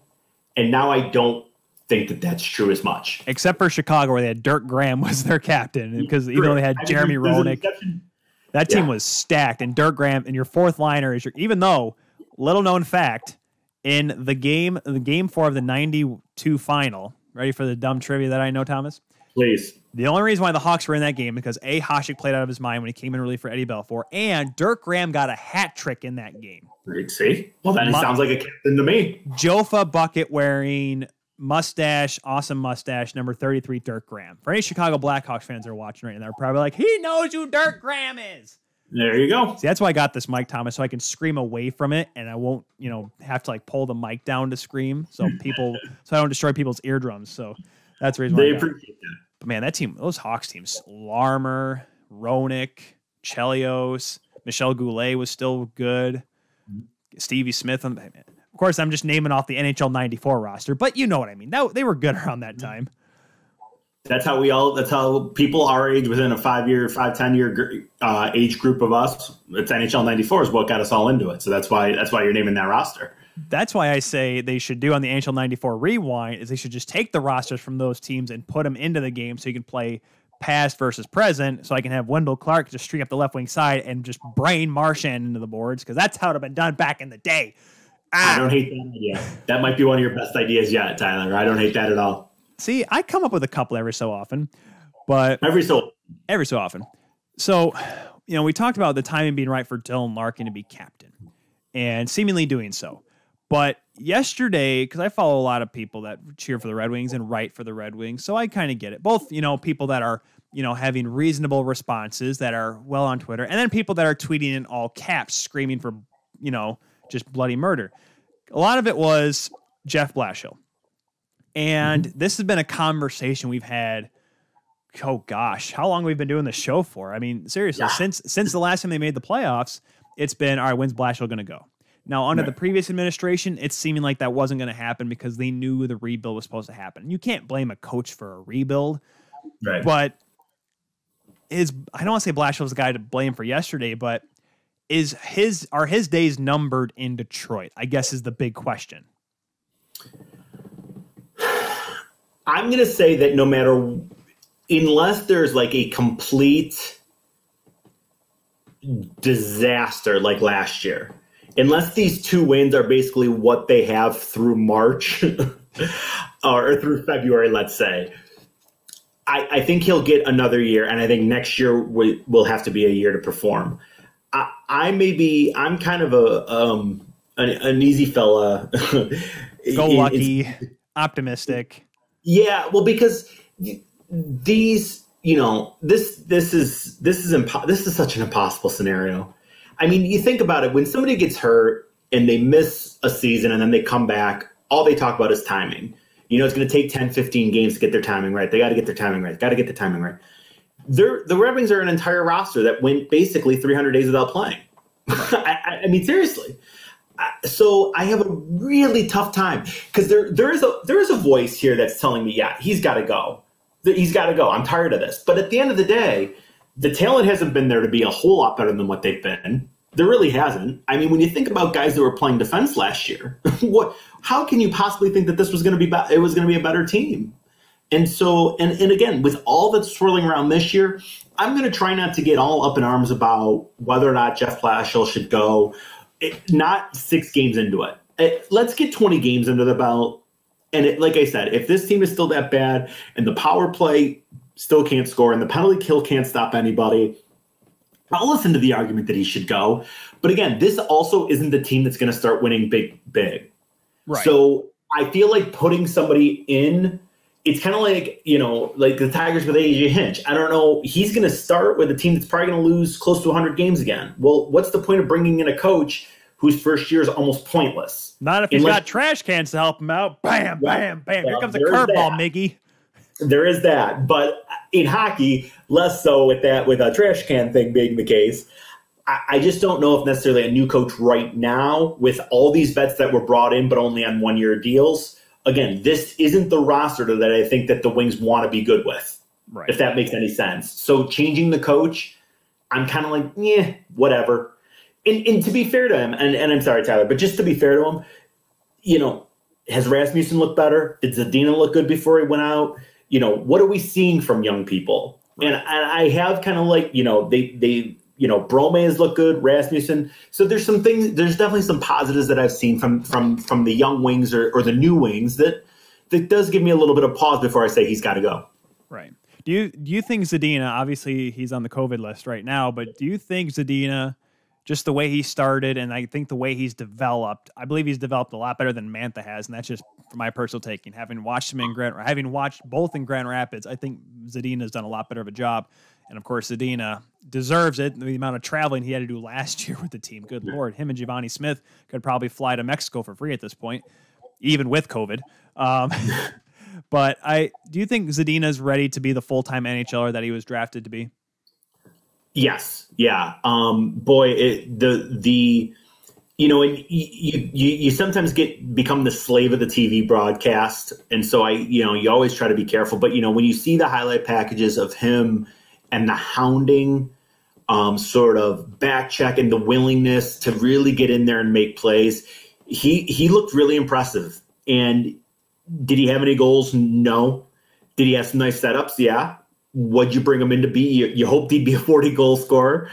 And I'm not ruling that out. But I think when the year started, because I don't believe he wouldn't need to clear waivers. I think that there was probably a little bit of thought of would he go down or would it be Svechnikov? So Svechnikov could play. And that's really, to me, the only choice that really came out of the roster. Who would actually start up? And Zadina did. And I think that he showed that he's ready for that. And I hope the goals start coming when he comes back. But I think at the end of the day that the first, 3 or 4 games until he went out due to COVID protocol was encouraging. Was at the very least very encouraging to see the way Zadina was playing. Yeah, because I've talked with Rachel Anderson of Access Hockey MI a few times, and she's followed him since his Halifax days. That's how long she's been covering like Red Wings prospects, and she just said, like, if he just could get some consistency up in the NHL, he could probably develop. And of course, we saw it maybe a little bit with Taro Rossi because he got a lot of times in his first season after playing with Michigan State. So we'll just have to keep an eye on that. You talked about a lot of the guys that signed one-year contracts a little bit ago, Thomas, and there's just one guy, and maybe it's because I love the underdog story. Maybe that's why I want Detroit to do well, just so when they start playing the Leafs again, I don't feel bad if Detroit beats them. It's not like, oh my gosh, we lost to Detroit. Yeah, no, I get that feeling. Of course, you know what it was like. That's like when Phil Kessel came in and lit Jimmy Howard up for 2 goals every single time Toronto played the Leafs or Toronto played the Red Wings. You know how it was like back in the day. Absolutely. You never want to lose to the worst team in the league. I don't care if it's a rival or not. You never want to lose to the worst team in the league. Exactly. But the guy that I was just the way he came back last year, Bill Masterton winner, Bobby Ryan. And when I heard about this signing, I was like, good. Because the guy, I mean, yes, Ottawa, they're like, all right, we're going to run with the kids from here on. We got a good goal. I mean, they look a lot better themselves in Ottawa, but I think Bobby Ryan getting the start with Detroit was like, all right, cool. He's got 1 year. Hey, let's just show him you can play, Bobby. Just show him you can keep playing. And then he just decides, I'm just going to have the best start as other than any Red Wing, better than any, which includes Gordie Howe, Ted Lindsay, Stevie Yzerman, Sergei Fedorov, Michael Samuelsson had 4-4. Michael Samuelsson couldn't do 4-3. 4 goals in 3 games for Bobby Ryan to start off the year. And yes, is he going to lead the team in scoring by the end of the year? Probably not, but just the fact of the way he was able to come back and, you know, he had alcohol abuse issues, but he was able to address them, went with the league's program, because I know Connor Ingram is going to be doing that here soon. He's taking a leave from Nashville to kind of, you know, fix, you know, the issues that he has, and best of luck to him. But Bobby Ryan was like the first guy to really come out and say, you know, I assume my second guy, because Robin Leonard, I think, is probably the first one.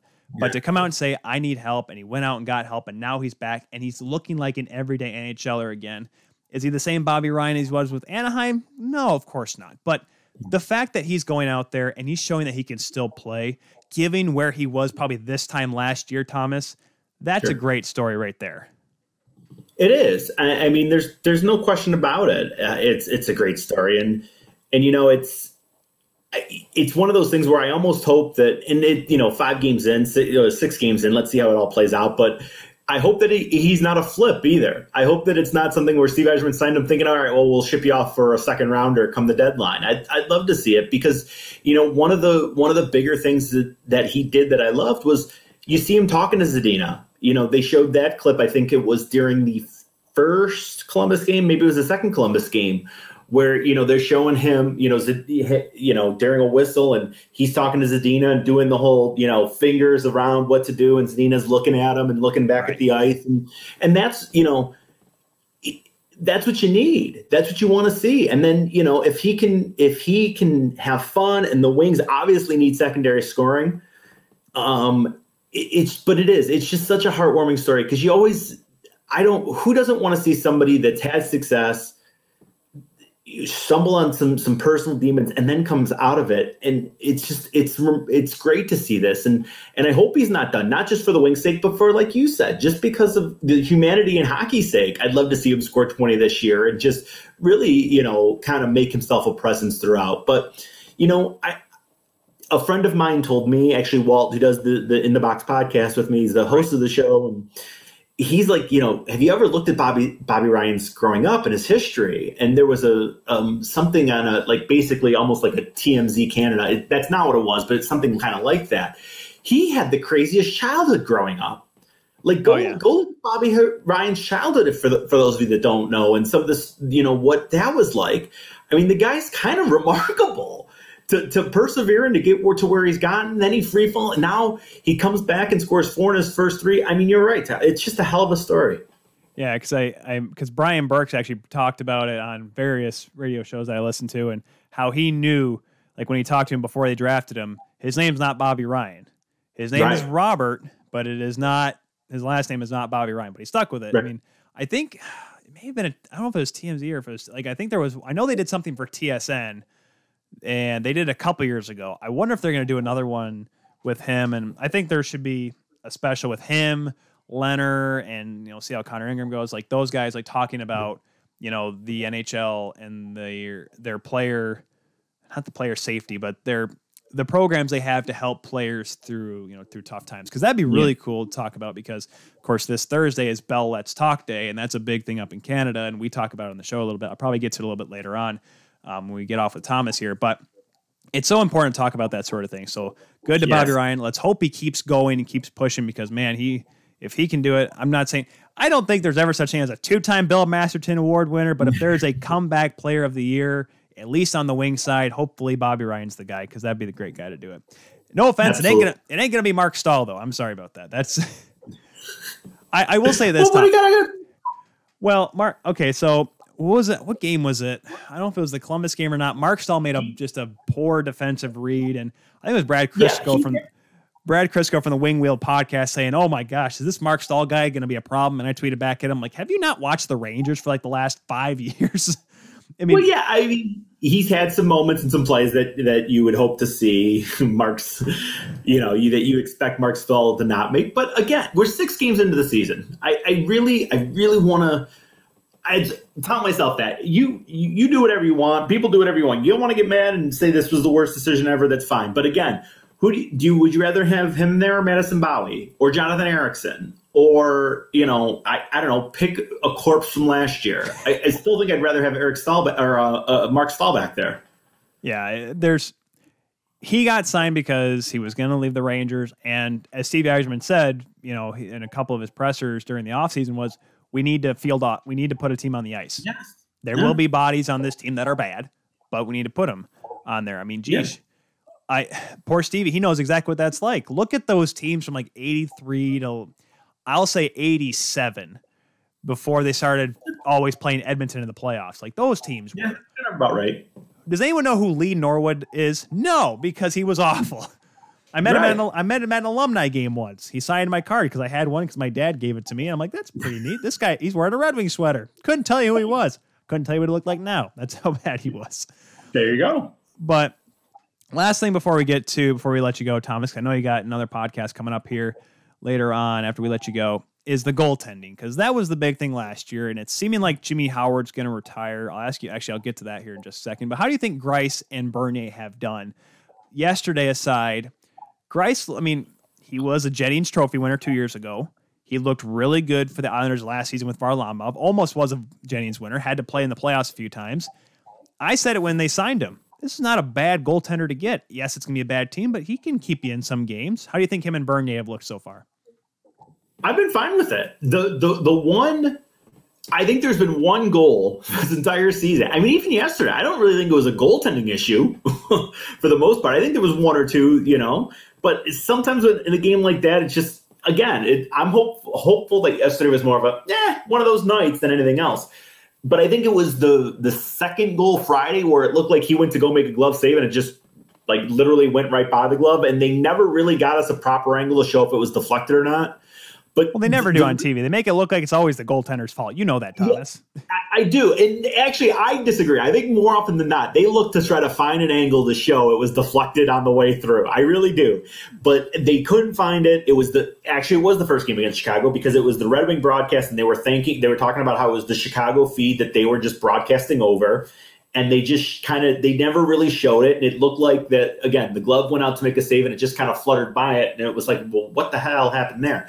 But outside of that, for considering who's in front, what's playing, the talent of the teams that they've played, get no problem with the goaltending thus far. I wonder how good, because I've been hard on Bernier mainly because he completely ruined James Reimer for all of us Leafs fans. And I thought he was going to be a better goaltender. Well, at least you'd hope so. But so let's get to the last part of this. Speaking of goaltending, because we mentioned him just a second ago, Jimmy Howard hasn't officially announced it yet, but all reports and all signs are pointing towards him retiring. Now, I don't know if he just said this because he doesn't want to go play for Ken Holland in Edmonton, because gosh, they need a goaltender. They do, and I don't know why you wouldn't, but given the season and the circumstance, maybe I can understand. Well, gosh, I don't think I'll be honest, and I said this, I think, when it got initially announced, I don't think Jimmy Howard has a groin anymore. Just the way it ended.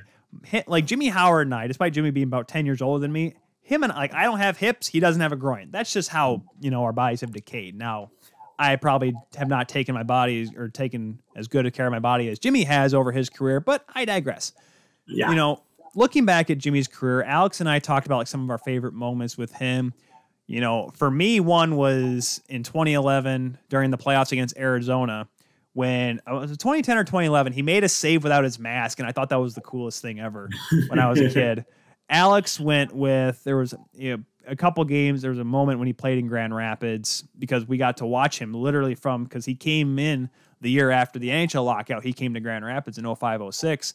And we pretty much got to watch him rise to being a Red Wing. Was there a moment for Jimmy Howard in his career at his time with the Wings? I'm sure, obviously not recent memory, but was there a moment with Jimmy Howard that you look back fondly on, Thomas? If I remember correctly, and don't sue me if I'm wrong here, when the Wings I usually fell have behind, to tell you you're wrong, but it's okay. You do, and so I actually want you to tell me this. But when the Wings were down 3-0 to San Jose the second year, so it would have been 2011, yeah. 2011. Yes, 2011. I'm sorry. Yeah, the 2011. 2010, they got smoked by Nabokov, and it was 2011. Yep. I think he was the one that said, why not us? Because at that time, what was it? The same postseason or the next postseason that Philadelphia did it to Boston. The year before, because it was 2010 when the Flyers came back against. Yeah. Okay. But he basically had a why not us, and he played remarkably well. He really had played well, even though they had fallen behind 3-0. But he played remarkably well through really all 7 games of that series, and it was really just I was at that game 6, and it was maybe one of the 2 most electric times I remember the Joe being. Was that game 6 because they had fallen behind 1-0 and they scored 3 in the third, and it was just a remarkable feeling, and just kind of that whole team in that moment, but Jimmy Howard especially, just because I remember he had the "Why not us" quote, and I just kind of was like, that's right, that's the mindset you need to have. Why not us? And that's that series, even though it didn't end well, didn't end with the Wings completing it. It was a really, really, really nice time. It was just one of those times you remember kind of fondly. Because that game 3, was it Setaguchi had the hat trick and the game-winning goal in overtime, if I'm not mistaken, right? That is actually right. I do believe that is right. Because San Jose that year, that was the team that made it to the conference. Well, of course, they beat Detroit in the second round and they made it to the conference finals. But that people were saying that either that team or the 2010 team, one of those two was the better team. Like those were the Sharks' best chances to win the Stanley Cup, and I can probably concur with that. And like that series, because at that point I was still watching the Wings a lot and following them quite a bit, cheering for them because I was cheering for the Leafs as well, but the Leafs were never there come April or May, so I had I had the Wings. And I remember that because they went down 3-0 because I was listening on the radio, listening to Ken Cal back on my old alarm clock that I had to dial it to get it to, I don't remember what it was on. I think it was did they have them on? I think it was 97.1. Well, for you Detroiters, 97.1, but I forget what it was over here. I'm sorry, Thomas. We can't just all be cool Detroiters like you and have 97.1 in our back pocket and have all their awesome content. I'm sorry. I wish you were. Oh, yeah. I don't know. Detroit? I know it's... I don't know. You'd have to talk to the wife on that one. That'd be her discussion. She's trying to get you to come over here. So that's not happening. Hear that, Cal? No, she's probably passed out on the couch. I appreciate it, but I don't think I'm moving. No, but I remember listening to it. I fell asleep shortly in the start of overtime. And I woke up the next day finding out that they scored because I still had to go to school the next day because God forbid I stayed up and watched the game. What a child you are. Oh, what a child I was. Well, shoot, I was allowed to stay awake through the 3 overtime game in 08, but that was a waste of time. For the Cup Finals, everybody better be allowed to stay awake in the Cup Finals. Well, I think my dad told me, he looked at me, I think, during the second overtime and said, hey, if the Wings didn't have a chance to win this tonight, you'd be in bed right now. And I'm like, well, you got to listen. It's you pass a point of no return, and I feel like that's the first overtime. You don't walk away in the middle of the first overtime. You're in. You're all the way in at that point. But the 20, I just remember coming back. I'm like, man, they may get killed in this series. Like swept. Like at least the year before they won a game against Nabokov and the Sharks. But they won game 4 and they get to game 6. And I'm just like, they got to win. But I felt like when they won game 6, it felt like that was the peak.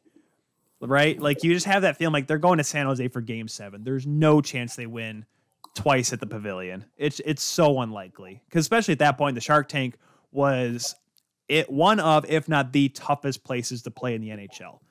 Yeah. Just mainly because it's out west or whatever it is, or whatever they fill that arena with oxygen. It was a hard place to play. Not so much now, but back then it was tough.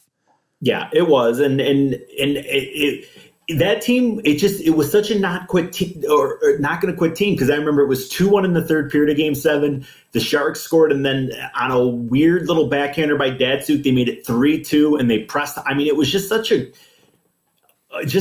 fun team. It was a fun run to only be in 2 playoff series, but it was still such a really fun run. But you're right, because I looked it up while you were talking there, and it was Setoguchi with the hat trick, and he scored the third, and the third was in overtime, got the overtime winner. He also committed the only penalty in overtime, which is also really funny. So they never call penalties in overtime. Exactly. But I had to slash someone's head off. It was a good run. Once. I do agree with you, though.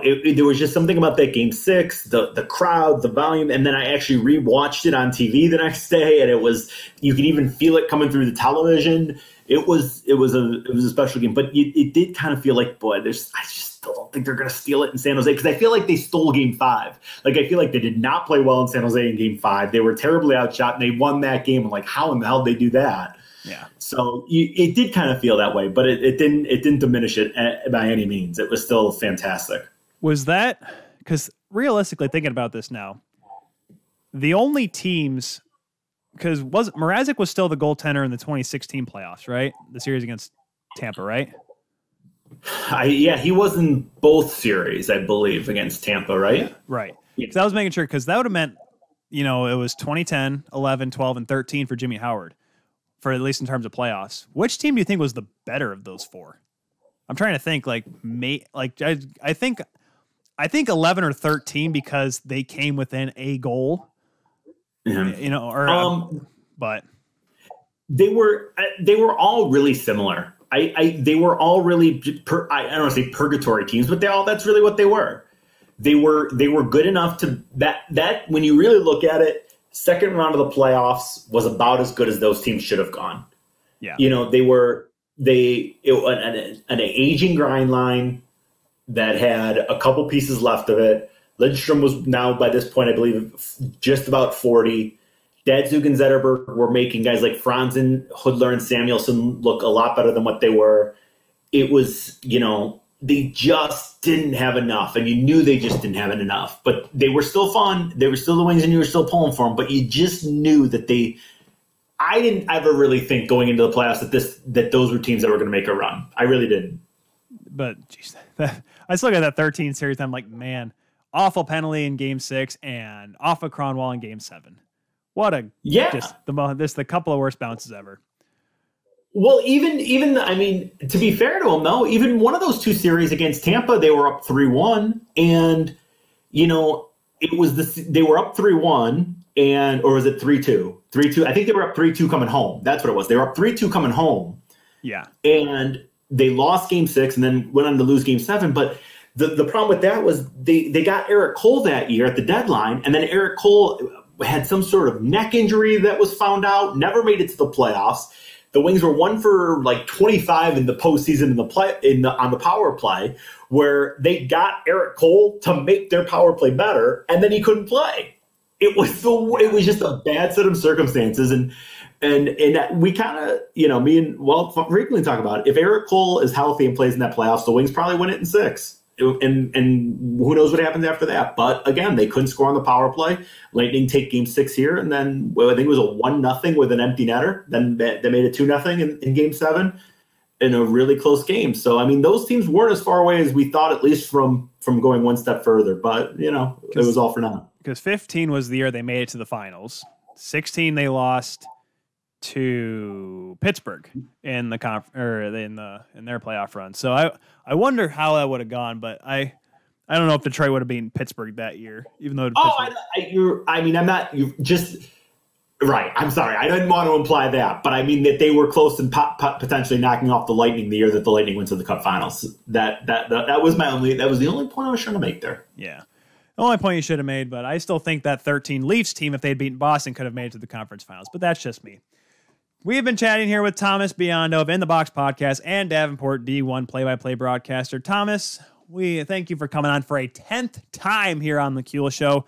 And I'll leave you with this. Let's just hope the Red Wings power play, according to Mickey Redmond, is still the best bleeping power play in the league. That was hilarious. That was the best thing. Okay, I think he swore. Did you think he swore?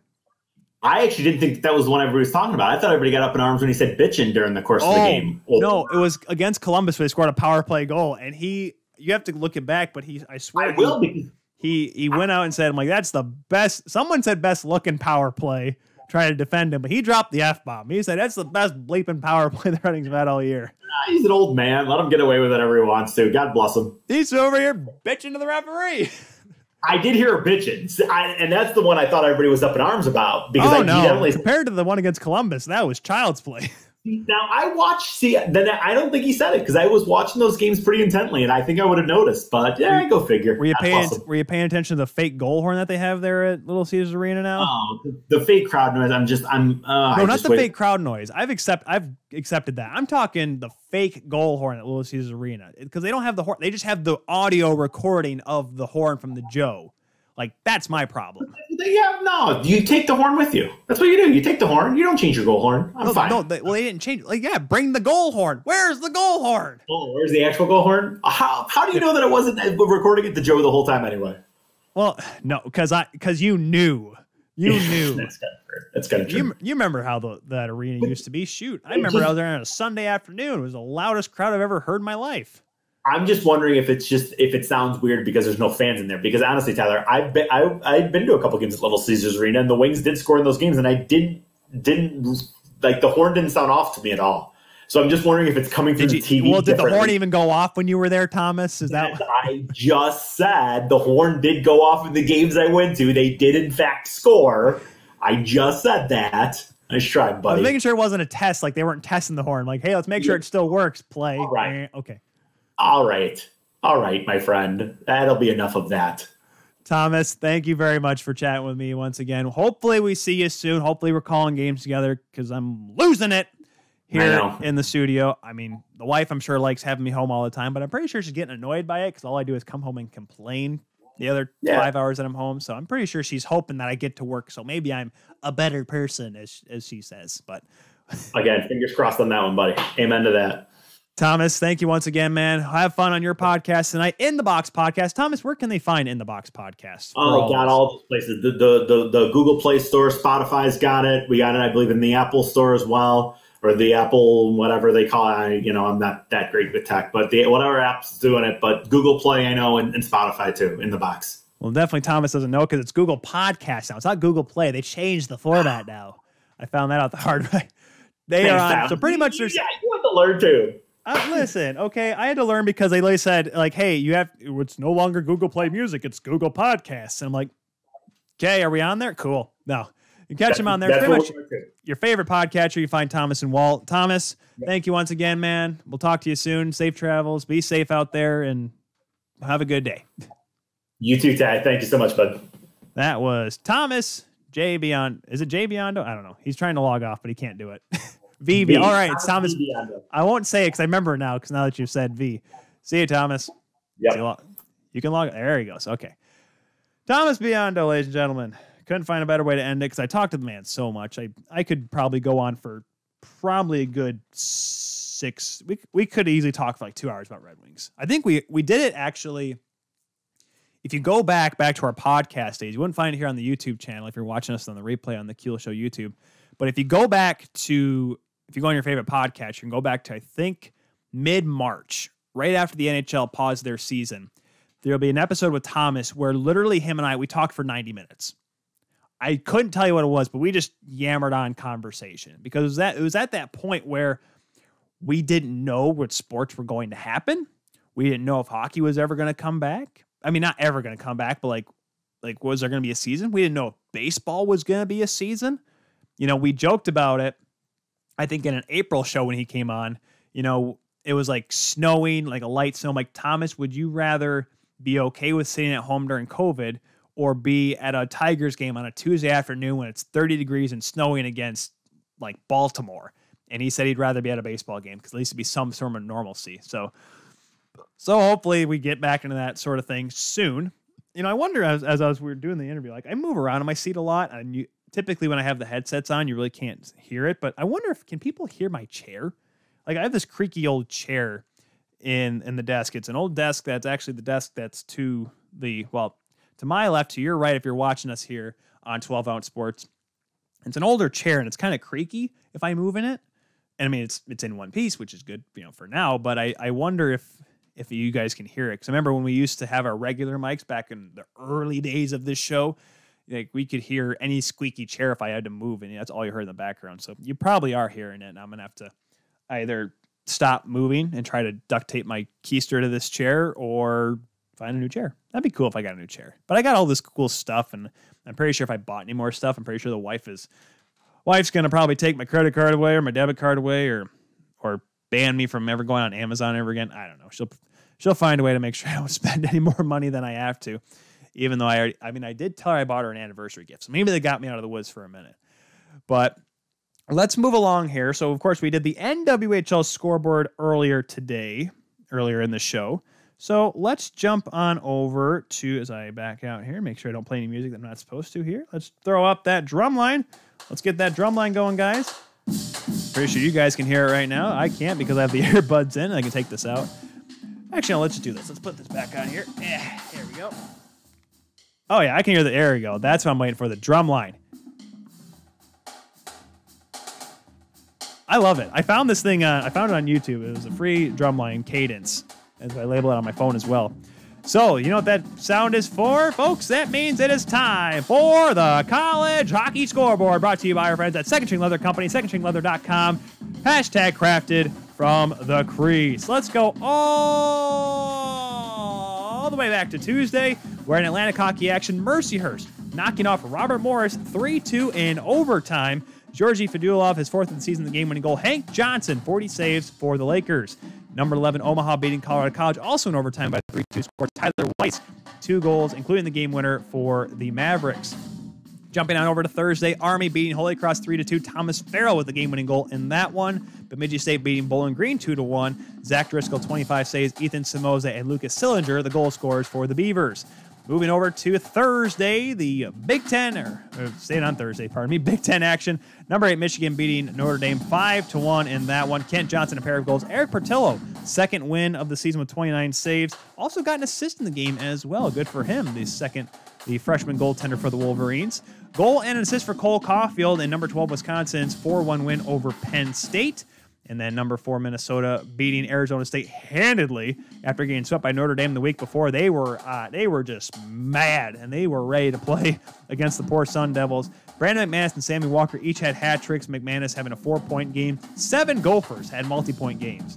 And in ECAC action, a dramatic 4-3 win for Colgate as they beat St. Lawrence in overtime. 5 goals were scored in the first period. Griffin Lund scoring the OT winner for the Raiders.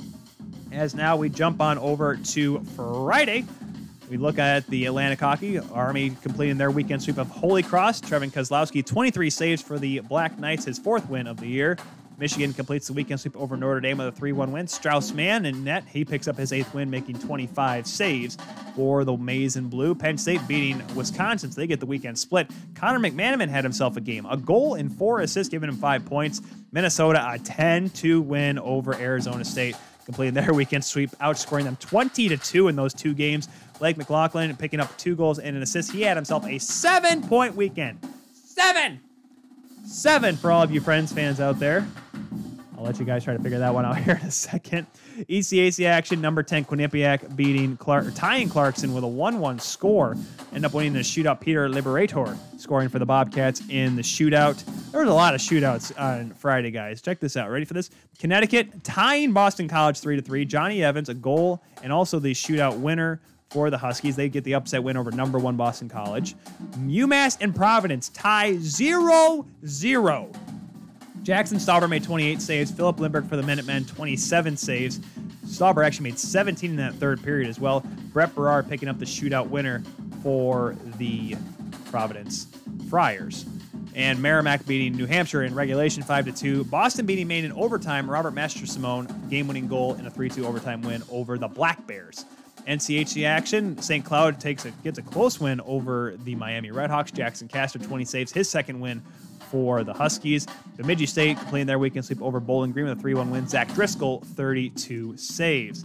As I now jump on over to Saturday, we look at the Big Ten action. Ohio State beating Michigan State 5-1. CJ Regula and Colin Peters each getting a goal and an assist. Regula with the game-winning goal. St. Lawrence, another 4-3 game. This time they get the better of the Raiders. Caden Pickering, 2 goals and an assist in that game for the Saints. Quinnipiac tying Clarkson. Another shootout. Knights win in the shootout. So they kind of have a 1-1 split before their game on Sunday. We'll get to that in a second. NCHC action, North Dakota knocking off Colorado College with 4-1 lead, or 4-1 win. Shane Pinto and Jordan Kawaguchi each getting a goal and an assist for the Fighting Hawks. Denver picking up a win on the road against Omaha, 4-1 win. Antti Tuomisto and Jaakko Heikkinen getting a goal and an assist for the Pioneers. Number 6, St. Cloud beats Miami 8-2. Nolan Walker had himself a game in that one with a 5-point game. And Duluth beating Western Michigan 5-1. Jackson Case getting a hat trick for the Bulldogs. Hockey East action, Boston completes their weekend sweep of Maine with a 5-1 win. Jay O'Brien, 2 goals in that one. David Ferentz with 3 assists. He had himself a 5-point weekend for the Terriers. The New Hampshire Wildcats and the Merrimack Warriors tie and go to a shootout. Mike Robinson, though, 34 saves for the Wildcats, helping him out, getting the win in the shootout for the Wildcats. So they get a weekend split, sort of, if you will, with the Warriors, even though the Warriors actually got 3 points because they actually won a game in regulation. Boston College got the weekend split with UConn, 4-2 win for the Eagles. Mark McLaughlin's 7th goal of the season was the game winner in that game. And UMass tying Providence 1-1. At least they got goals this time in regulation. However, UMass picks up the win in the shootout, so they get an actual 2-point split, if you will. As now we jump on over to Sunday's action. Michigan State beating Ohio State 2-0. Drew DeRitter, 28 saves, his second shutout of the year. Tommy Apap and Brody Stevens, the goal scorers for the Spartans. Number Clarkson and Quinnipiac, they actually won in regulation. Clarkson did. Ethan Hayter, 37 saves in the 4-2 win for the Clarkson Golden Knights as they get 2 out of 3 against the Bobcats. Colgate beating St. Lawrence, another 4-3 game. This time the Raiders get it. A goal and 2 assists for Arno Vachon. Was it Vachon? Vachon. Okay, Vachon. I was here and it was Vachon. Game-winning goal late in third period for Vachon, giving the Raiders their weekend victory, if you will, over the Saints. WCHA action, number 2, Minnesota State beating Ferris State 4-1. Julian Pravnik, picking up a goal and an assist. Of course, Minnesota State won on Saturday as well, with Dryden McKay picking up his 20th career shutout, now tied for 3rd all-time in NCAA. Minnesota State now 9-1-1 on the year, guys. They are dominant looking. They are running through the WCHA right now. NCHC action, North Dakota beating Colorado College 5-0. Shane Pinto, a pair of goals. Colin Adams, a goal and an assist for the Fighting Hawks as they get the weekend sweep over the Tigers. Duluth beating Western Michigan to win a sweep there. Ben Almquist, a goal and an assist, including the game winner for the number 7 Bulldogs. Omaha getting this weekend split with Denver, 5-2 win. Isaiah Seville, 42 saves of 44. He's looking good. No games tonight here in college hockey. Holy Cross. Actually, no, there's actually Michigan Tech and Northern Michigan going on right now. I forgot that game got rescheduled. Thought the weekend was canceled, but they're actually playing right now. Holy Cross and Bentley playing tomorrow, and Sacred Heart taking on AIC. And that is, ladies and gentlemen, your college hockey scoreboard, brought to you by our good friends at Second String Leather Company, secondstringleather.com, #crafted from the crease, Second String Leather Company. I'm wearing their shirt right now because why? Because it's cool and it feels nice and it looks kind of good, doesn't it? Doesn't it look kind of snazzy? I mean, you guys can see it, right? I hope you guys can. All right, so here is the last half hour of the show, and I had a lot to actually talk about. Had some more injuries. Joe Thornton's out 4 weeks. For the Toronto Maple Leafs, has a rib injury. We also have Josh Manson out being 6 weeks with the Anaheim Ducks with an oblique injury. Some notes there. Did I miss any? Tim Stutzel's day-to-day with the Ottawa Senators. He is currently Well, they said the report was they actually had an injury, which he did actually he was injured during the World Junior Championships, but he kept playing because he was literally all Germany had, it seemed like, in that tournament. That's why he was named the all-tournament team. He said that's where the injury is from, so we'll be on the lookout for that. So the last couple things here, I'll try to get to the what to watch for before the end of the show. We'll talk about the Washington Capitals, okay? Here we go. I understand both sides of the story. So you haven't heard yet.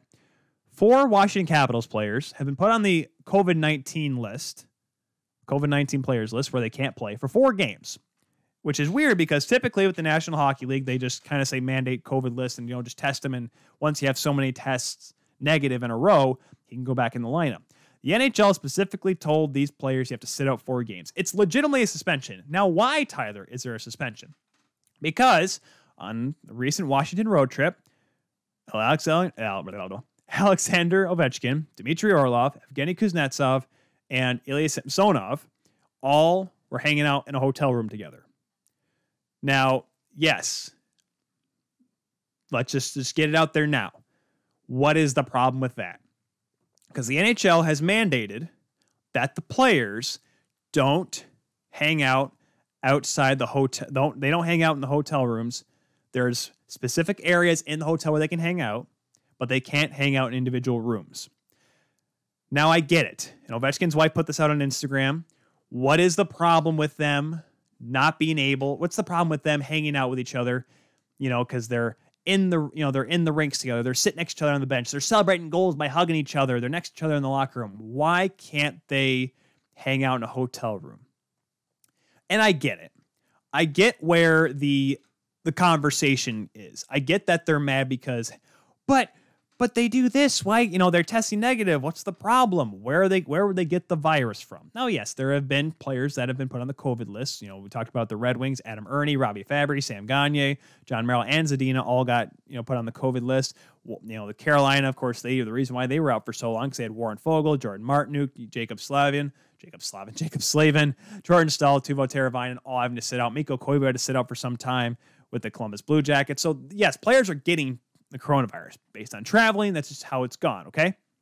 And that's how it's been. I mean, shoot, you guys watched Major League Baseball this year? Heck, for football, they made sure Lamar Jackson could play for Baltimore, okay? That's what's happened, though, because players will test positive for the coronavirus. That's just how it is.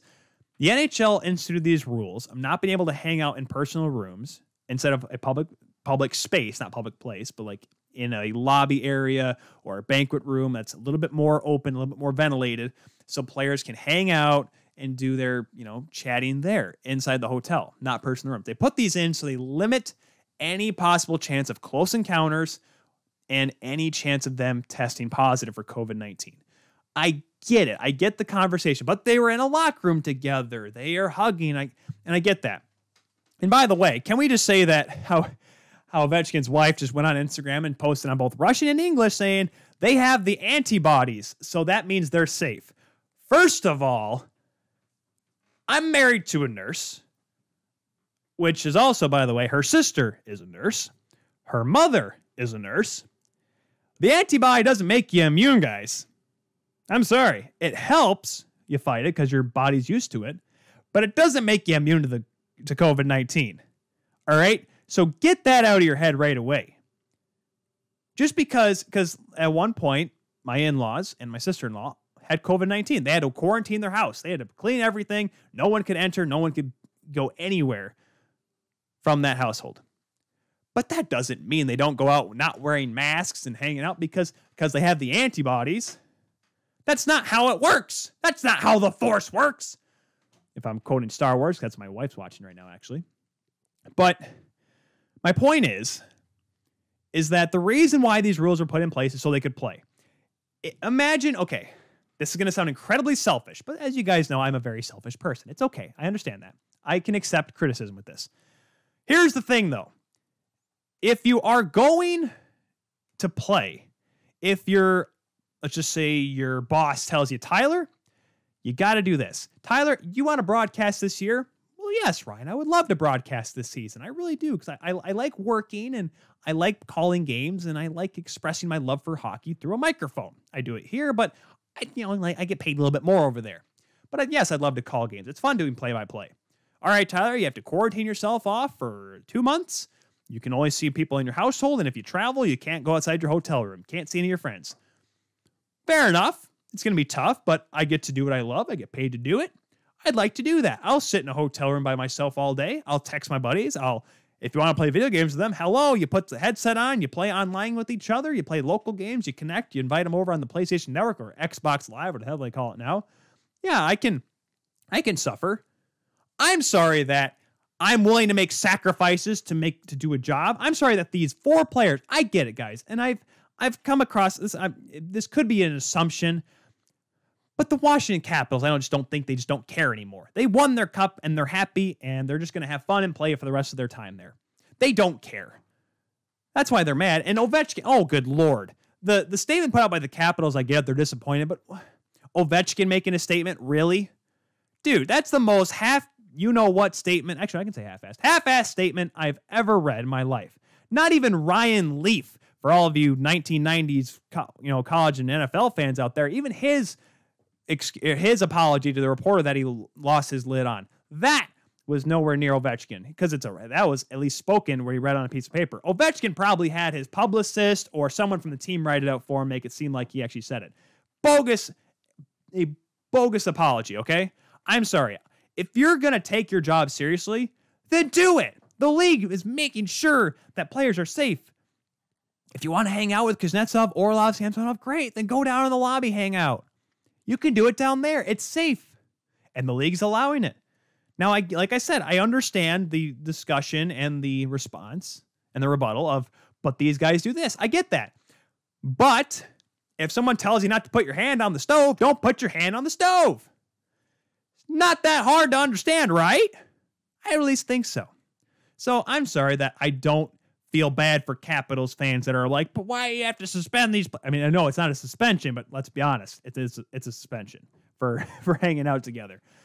Like I said, I understand the reasoning behind it. But if that's the rules, if you want to play, you got to follow these rules. Tyler, you got to quarantine yourself if you want to broadcast. Okay, I'll do what I got to do because I like what I do and I want to do my job. Holy cow, how hard can it be? Now, like I said, they're only out for a couple more games at this point. They'll be able to play Boston this weekend, so they'll be ready for those games. Anyways, I just don't understand. I don't understand why they think they're above the rules to do that. And that's going to give me some hot water with Caps fans, but let's be honest. You guys won your cup, be happy about it. Which brings me to, you probably guys could hear that pretty hard, couldn't you, when I just slapped the table like that? Sorry. But this brings me now to the play that happened last week that got everyone in a bit of hot water. I'll get to Matthew Tkachuk here in a second because I was going to mention it with Cody Janzen, but we ran out of time with him. Because last night, Cody in the Leafs-Flames game, Matthew Tkachuk late in the game was battling in front, gets pushed in towards Jack Campbell, but then actually jumped on him and drove his knees into the back. There are some people that were defending him, but I watched that playback. As a guy that actually likes Matthew Tkachuk, I like the way he plays. He's a tough kid. And yeah, he pushes the line a little bit, but when you straight up jump on a goaltender, that's bad. Now, why am I mentioning this, folks? Because there was a hit that happened last week. Because I look at the Tkachuk thing, I'm like, I get it, but enough people are yelling about it.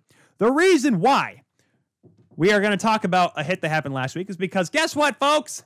We are less than 2 weeks into the season, and we have ourselves our first NHL player safety BS rant. Let me set the tone for you here. It's Vancouver versus Montreal. Just a simple game of the week here. North Division battle. Two good teams going at it. Montreal looking like a team that could finish top 2 in this division. Vancouver, that's sliding down. If they're playing chutes and ladders, they go all the way back down to the beginning of the board. Okay, maybe not that bad, but they're not looking too hot right now. The Stars aren't stepping up. Braden Holtby's looking good, but he needs to make a couple more big saves here and there. It's not great in Vancouver. But the game's going along, and here comes Yoel Armia up the right wing side. He's going to chip the puck in or at the red line, and here comes big Tyler Myers, 6'6" of him, 6'7", depending on how tall, depending on what day it is. Comes over and hits Yoel Armia high.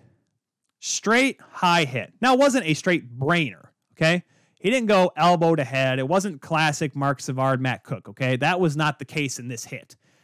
However, it was a blindside hit by Tyler Myers on Yoel Armia, who, yes, Tyler Myers is a big guy, so it's hard to not hit guys in the head. It is if you are, not coming at a right angle. So here's Armia coming to the boards, and Tyler Myers coming across like from the Vancouver bench and hits him. That is what we call, kids, a blindside hit, which, by the way, is a suspendable offense in the National Hockey League. Or so we thought, until last week, when the next day comes around, you're just waiting for the NHL Player Safety Twitter to come along your feed and saying, Tyler Myers will have a hearing with the NHL Department of Player Safety later on today. That's what you usually wait for, typically the day after, right before the waiver wire hits, right? Because usually they announce about 9:30 Eastern time, 10 o'clock Eastern time, right?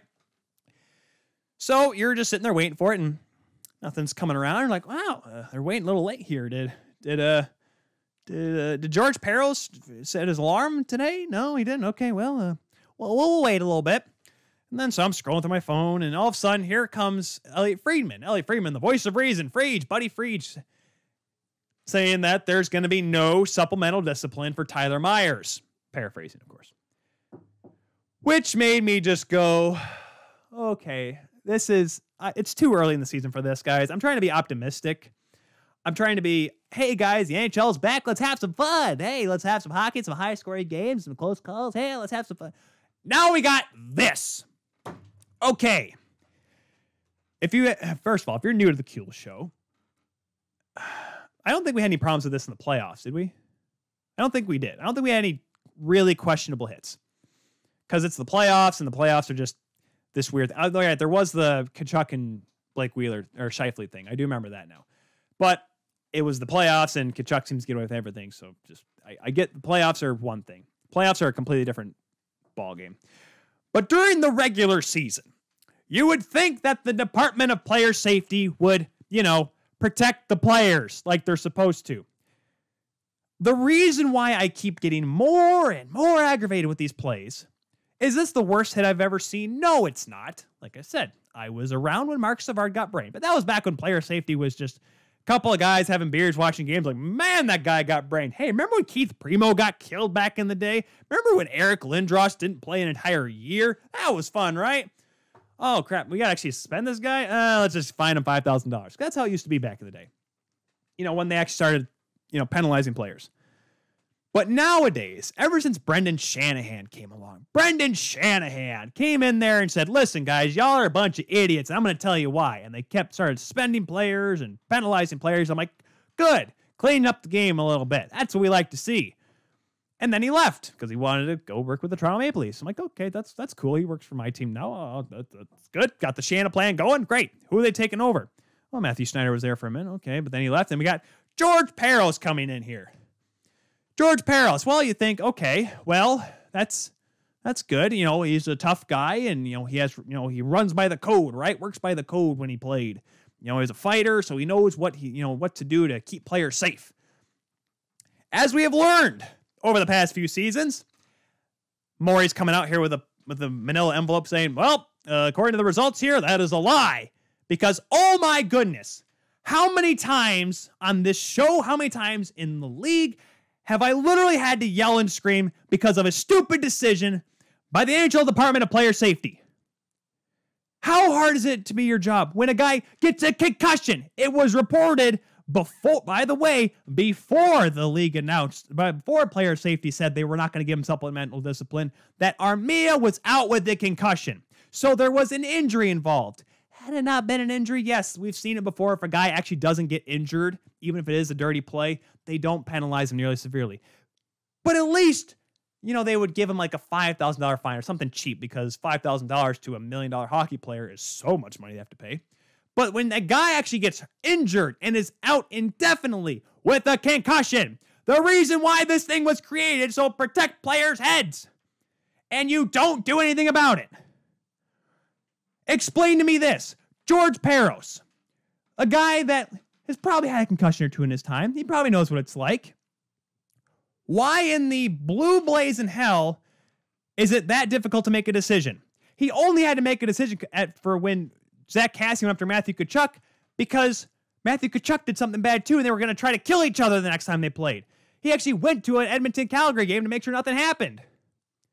But yet, God forbid, a guy gets a concussion because of a head check. Oh, but he got his shoulder. Fine. Blindside hit, which ended up hitting him in the head. God forbid you actually penalize the guy. What? Oh, was this the first time Tyler Myers hit someone in the head? Oh, I'm sorry. I'm sorry you can get away with murder for free at least once. Where's that get out of jail free card that Tyler Myers had? What game of Monopoly is he playing? Seriously, George Peros. Is that what you want? You want these kids to feel your pain? I'm sorry. This is also the same George Peros that got his face bashed into the ice because of an accident with Colton Orr. I'm sure George Peros would think, I don't want that to happen to anyone else. BS! Here you are allowing a guy to brain somebody. Why does this keep happening? Your job is to protect players, and not once in his time has he actually made a decision that it's actually going to protect players or actually set a tone and send a message to players that'll actually say, hey guys, don't do this or we're going to make sure you pay. Tom Wilson's 20-game suspension is probably the only one that's a actual arguable decision that he's made that has shown that he's done a good job, because every other decision that he has made, or lack thereof, obviously, has made it a complete and utter disaster of the Department of Player Safety. That thing, and I've said it before, I've said it this season now, last season, season before that, the very first season we did this show, back in 17-18, I'm spitting, that's so mad I am right now. This has happened every single year under this administration because they don't care about the health of these players. They're letting guys run around like it's 1994 and these guys are trying to get on the Don Cherry Rock'em Sock'em highlight reel. This is stupid. They need to strip that whole thing down from top to bottom, get someone in there that actually gives a damn, and maybe, just maybe, I'm making sure I'm not running out of time here, just maybe someone will actually make a good decision. Get a guy like Keith Primo in there. I don't care if he's not in good standing with the league. At least he knows what it's like to have problems with concussions and how it's affecting him later in life. He knows what it's like, and he'll actually maybe protect these guys. He's not going to want them to feel the same pain he does. There's a reason why he's suing the league. There's a reason why he actually gives a crap for other players that are suing the league. Okay? CTE, yes, it's a legit thing. It's not just a football thing. It's a hockey thing, and it's a huge problem. And the current Player Safety Department of Player Safety, hasn't done a single thing to show that this league is actually making a turn for the better. I am sick of it. I don't like talking about it because this is why.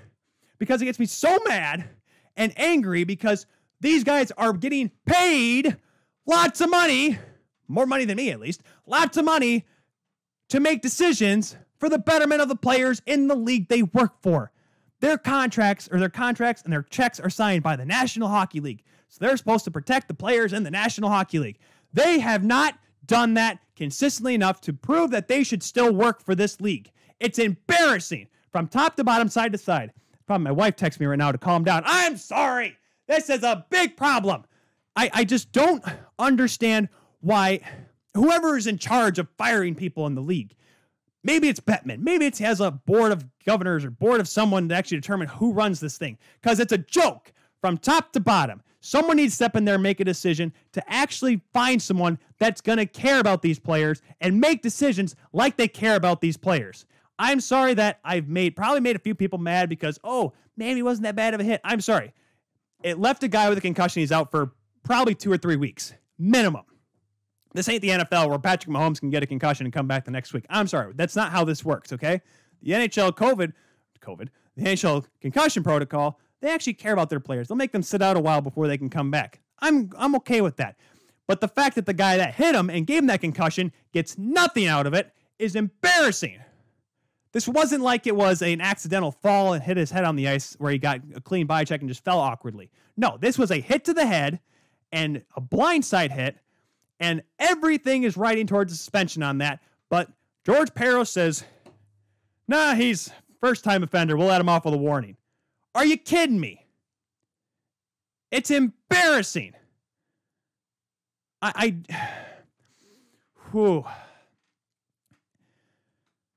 This league, it's not as bad as Major League Baseball. That makes its fans want to hate the league, but this league makes it hard sometimes because of stuff like this. Coming down now. Oh, Okay, that explains it. The coffee's gone. I was making sure how much coffee I had left. That was just pent up rage. Listen, because that happened middle of the week last week. So I've had a long time to think about this. I've had a long time on figure out how I want to say this. George Parros needs to get fired. Anyone else, like that whole thing needs to get torn apart. Top to bottom. Everyone needs to go. Everyone. Maybe it's not Keith Primo, but find someone out there that's going to spend, I'm not saying bring a fan in, but like bring someone that's had experience with concussions, receiving. That's why Brendan Shanahan was the perfect guy. A guy that was a fighter. He played back in the hook and grab days when guys would wheel around with their sticks up high, throw those elbows up there, because he knew what it was like to have a concussion. He knew what it was like to see guys suffer from concussions after. He played in the same era. He didn't play with Keith Primo. Remember, he was traded for Keith Primo. That was the kind of the funny part in this whole story, if there is a funny part to this. But he saw it, and he understood why people should get suspended. And now the current administration, the Department of Player Safety, just doesn't see it. And now I may just made no sense for the last 15 minutes, and I do apologize for all of you that's still listening, but it's the truth. Okay? The league needs to figure this out. You want to keep kids in hockey. You want to grow the game. Show them that while even it is a dangerous game, it's fast. I know things happen, but that you're trying to make it safe. Do that for, not just for me. Do it for all the parents that, I'm like, man, I don't know. Hockey is pretty physical. Show them that they're trying to make it safe, because the only way you're going to make it safe is to show players that hits like that, attempted hits like that, is a no-go. You can't do that in this league. You penalize Tyler Myers, he'll think twice about going hard across the ice at Armia like that. Tom Wilson gets 20 games. Finally, now, yes, it got cut in half because of stupid third party with the Players Association, but that was a rant back then. And I'm not going to do it again now. I think it was 2018 preseason, if I'm not mistaken, Oscar Sundqvist. But there needs to be a change. The whole thing, please, for the game's sake. No longer for my sake, so I don't just lose my voice every time I have to talk about it, but for everyone else that loves this game, everyone wants to watch this game from now on, do it for them, please. 10 minutes left here on the Keeler Show in this Monday edition, January the 25th. Let's just check who the text. Make sure that it wasn't like, the homers. Oh, yeah, that's Kelly. Tyler, calm down with all caps. Yep. I'm better, hon. I'm better. I'm glad. I'm glad I'm calmed down now, because that was something, because I get it. I was a goaltender, and the whole Matthew Tkachuk thing, I'm leaving that. If you want to see a good rant about the Matthew Tkachuk thing, but go for it. Steve Dangle's Leaf fan reaction to the LFR last night. Go check that out. He gave a good rant on it. I think he didn't go as long as I did, because he had the rest of the game to talk about, but he had a good piece on that. If you want to kind of understand the play, go watch the playback and then hear Steve's reaction. Sort of similar, kind of. Go listen to that. He'll give you more on that, because I was mad about it too, but not as mad as I was about the Myers and Armia hit, because there's no chance for a rebuttal on that hit whatsoever. Let's get to the what to watch for this week. No, only one game tonight, Ottawa and Vancouver. They don't start till 10 o'clock, so that's why we don't have the game on here in the Keeler Show studios for you, so we couldn't give you live reactions to it. However, a couple of really good matchups coming up here. The Saturday-Sunday between the Bruins and Caps, we mentioned that with Ovechkin and the guys coming back, hopefully for that one. Then it'll be Chara's first games against the Boston Bruins since signing with the Washington Capitals in the offseason. A couple of good games there between two teams that are, looking like they could finish toward the top of the division in the Eastern Division, even though I just said the Caps don't care, but I don't. Listen, I know what I say, and I stand by it. Tuesday, Thursday matchups between, you have the St. Louis Blues and the Vegas Golden Knights. Now, this is interesting because, they're all both in Vegas, but they're Alex Pietrangelo's first games against his former team as well, and they're against a really good Vegas team against the Blues team that's, kind of iffy right now, so we'll have to definitely watch those games to see how St. Louis does, against a very good and very confident Vegas Golden Knights team, and I wonder how St. Louis is going to react. You have Jordan Binnington probably going to get a game, maybe both games in there. He needs to play better. So there's going to be a lot of expectations in those two games between St. Louis and Vegas. Also, Tuesday-Thursday matchup, a matchup that I didn't think I would ever talk about, at least one team, the Philadelphia Flyers and the New Jersey Devils. The 3-1 New Jersey Devils. I said they're going to be Detroit bad, but the Red Wings have looked okay in a couple of their games. But since when in the heck did the Devils decide to get good? Let's make sure I got this right here. They are 3-1-1 right now. The Flyers are 3-2-1. Man, I tell you, and they have it clicking. And it's weird too because they have Mackenzie Blackwood and, if I'm not mistaken, Scott Wedgwood as their two goaltenders right now. Let me click over on their stats here. Yep, Scott Wedgwood, and for all of you, that's literally the epitome of this is when Team Canada was bad in the World Juniors. They had Mackenzie Blackwood in 2016. Scott Wedgwood was in 2012. The year they lost to Russia in the semifinal. I remember Wedgwood because Wedgwood played against the Americans in that tournament in the round robin. And Wedgwood only has the lone regulation loss. I mean, and I know I harped on this, guys, but I said, Jack Hughes can't be that good. He's not going to be that good. Jack Hughes is looking pretty good, guys. He leads the team with 7 points, 3 goals, and 4 assists in his first 5 games. Ty Smith coming in here. And Ty Smith was, he's a guy that I was kind of shocked because he's in his rookie season, and he was a really good defenseman in the WHL. He was a little bit undersized, but he really ran a really good offense. So I was excited to see how he'd do in the NHL level. I thought maybe with New Jersey, he'll get a lot of playing time. He's got a goal and 4 assists. He's a point-a-game player right now in the NHL. Actually, no, he's got a goal and 5 assists, 6 points in 5 games. So he's off to a hot start. Now, like I said, a lot of things can taper off, but New Jersey's looking pretty tough there, guys. That's going to be a fun team because they beat the Rangers twice. I was like, wow, the Rangers, are the Rangers bad? They lost to Pittsburgh yesterday, and I thought Pittsburgh was going to be bad. Now they're all of a sudden a team that's capable of winning some hockey games. Tristan Jarry is looking pretty good. Casey DeSmith is a good goaltender. Okay. I'm starting to realize my predictions may be a little off, so we'll have to keep tabs on that for sure. Last 2 matchups we're going to talk about here. Saturday, Sunday, Stars and Canes going up there in a Central Division matchup. Dallas, because they had a couple of good games against Nashville. We'll see how they do tomorrow against Detroit. But that could be a good game because Dallas hasn't played a whole lot, but Carolina hasn't played a whole lot either because of COVID.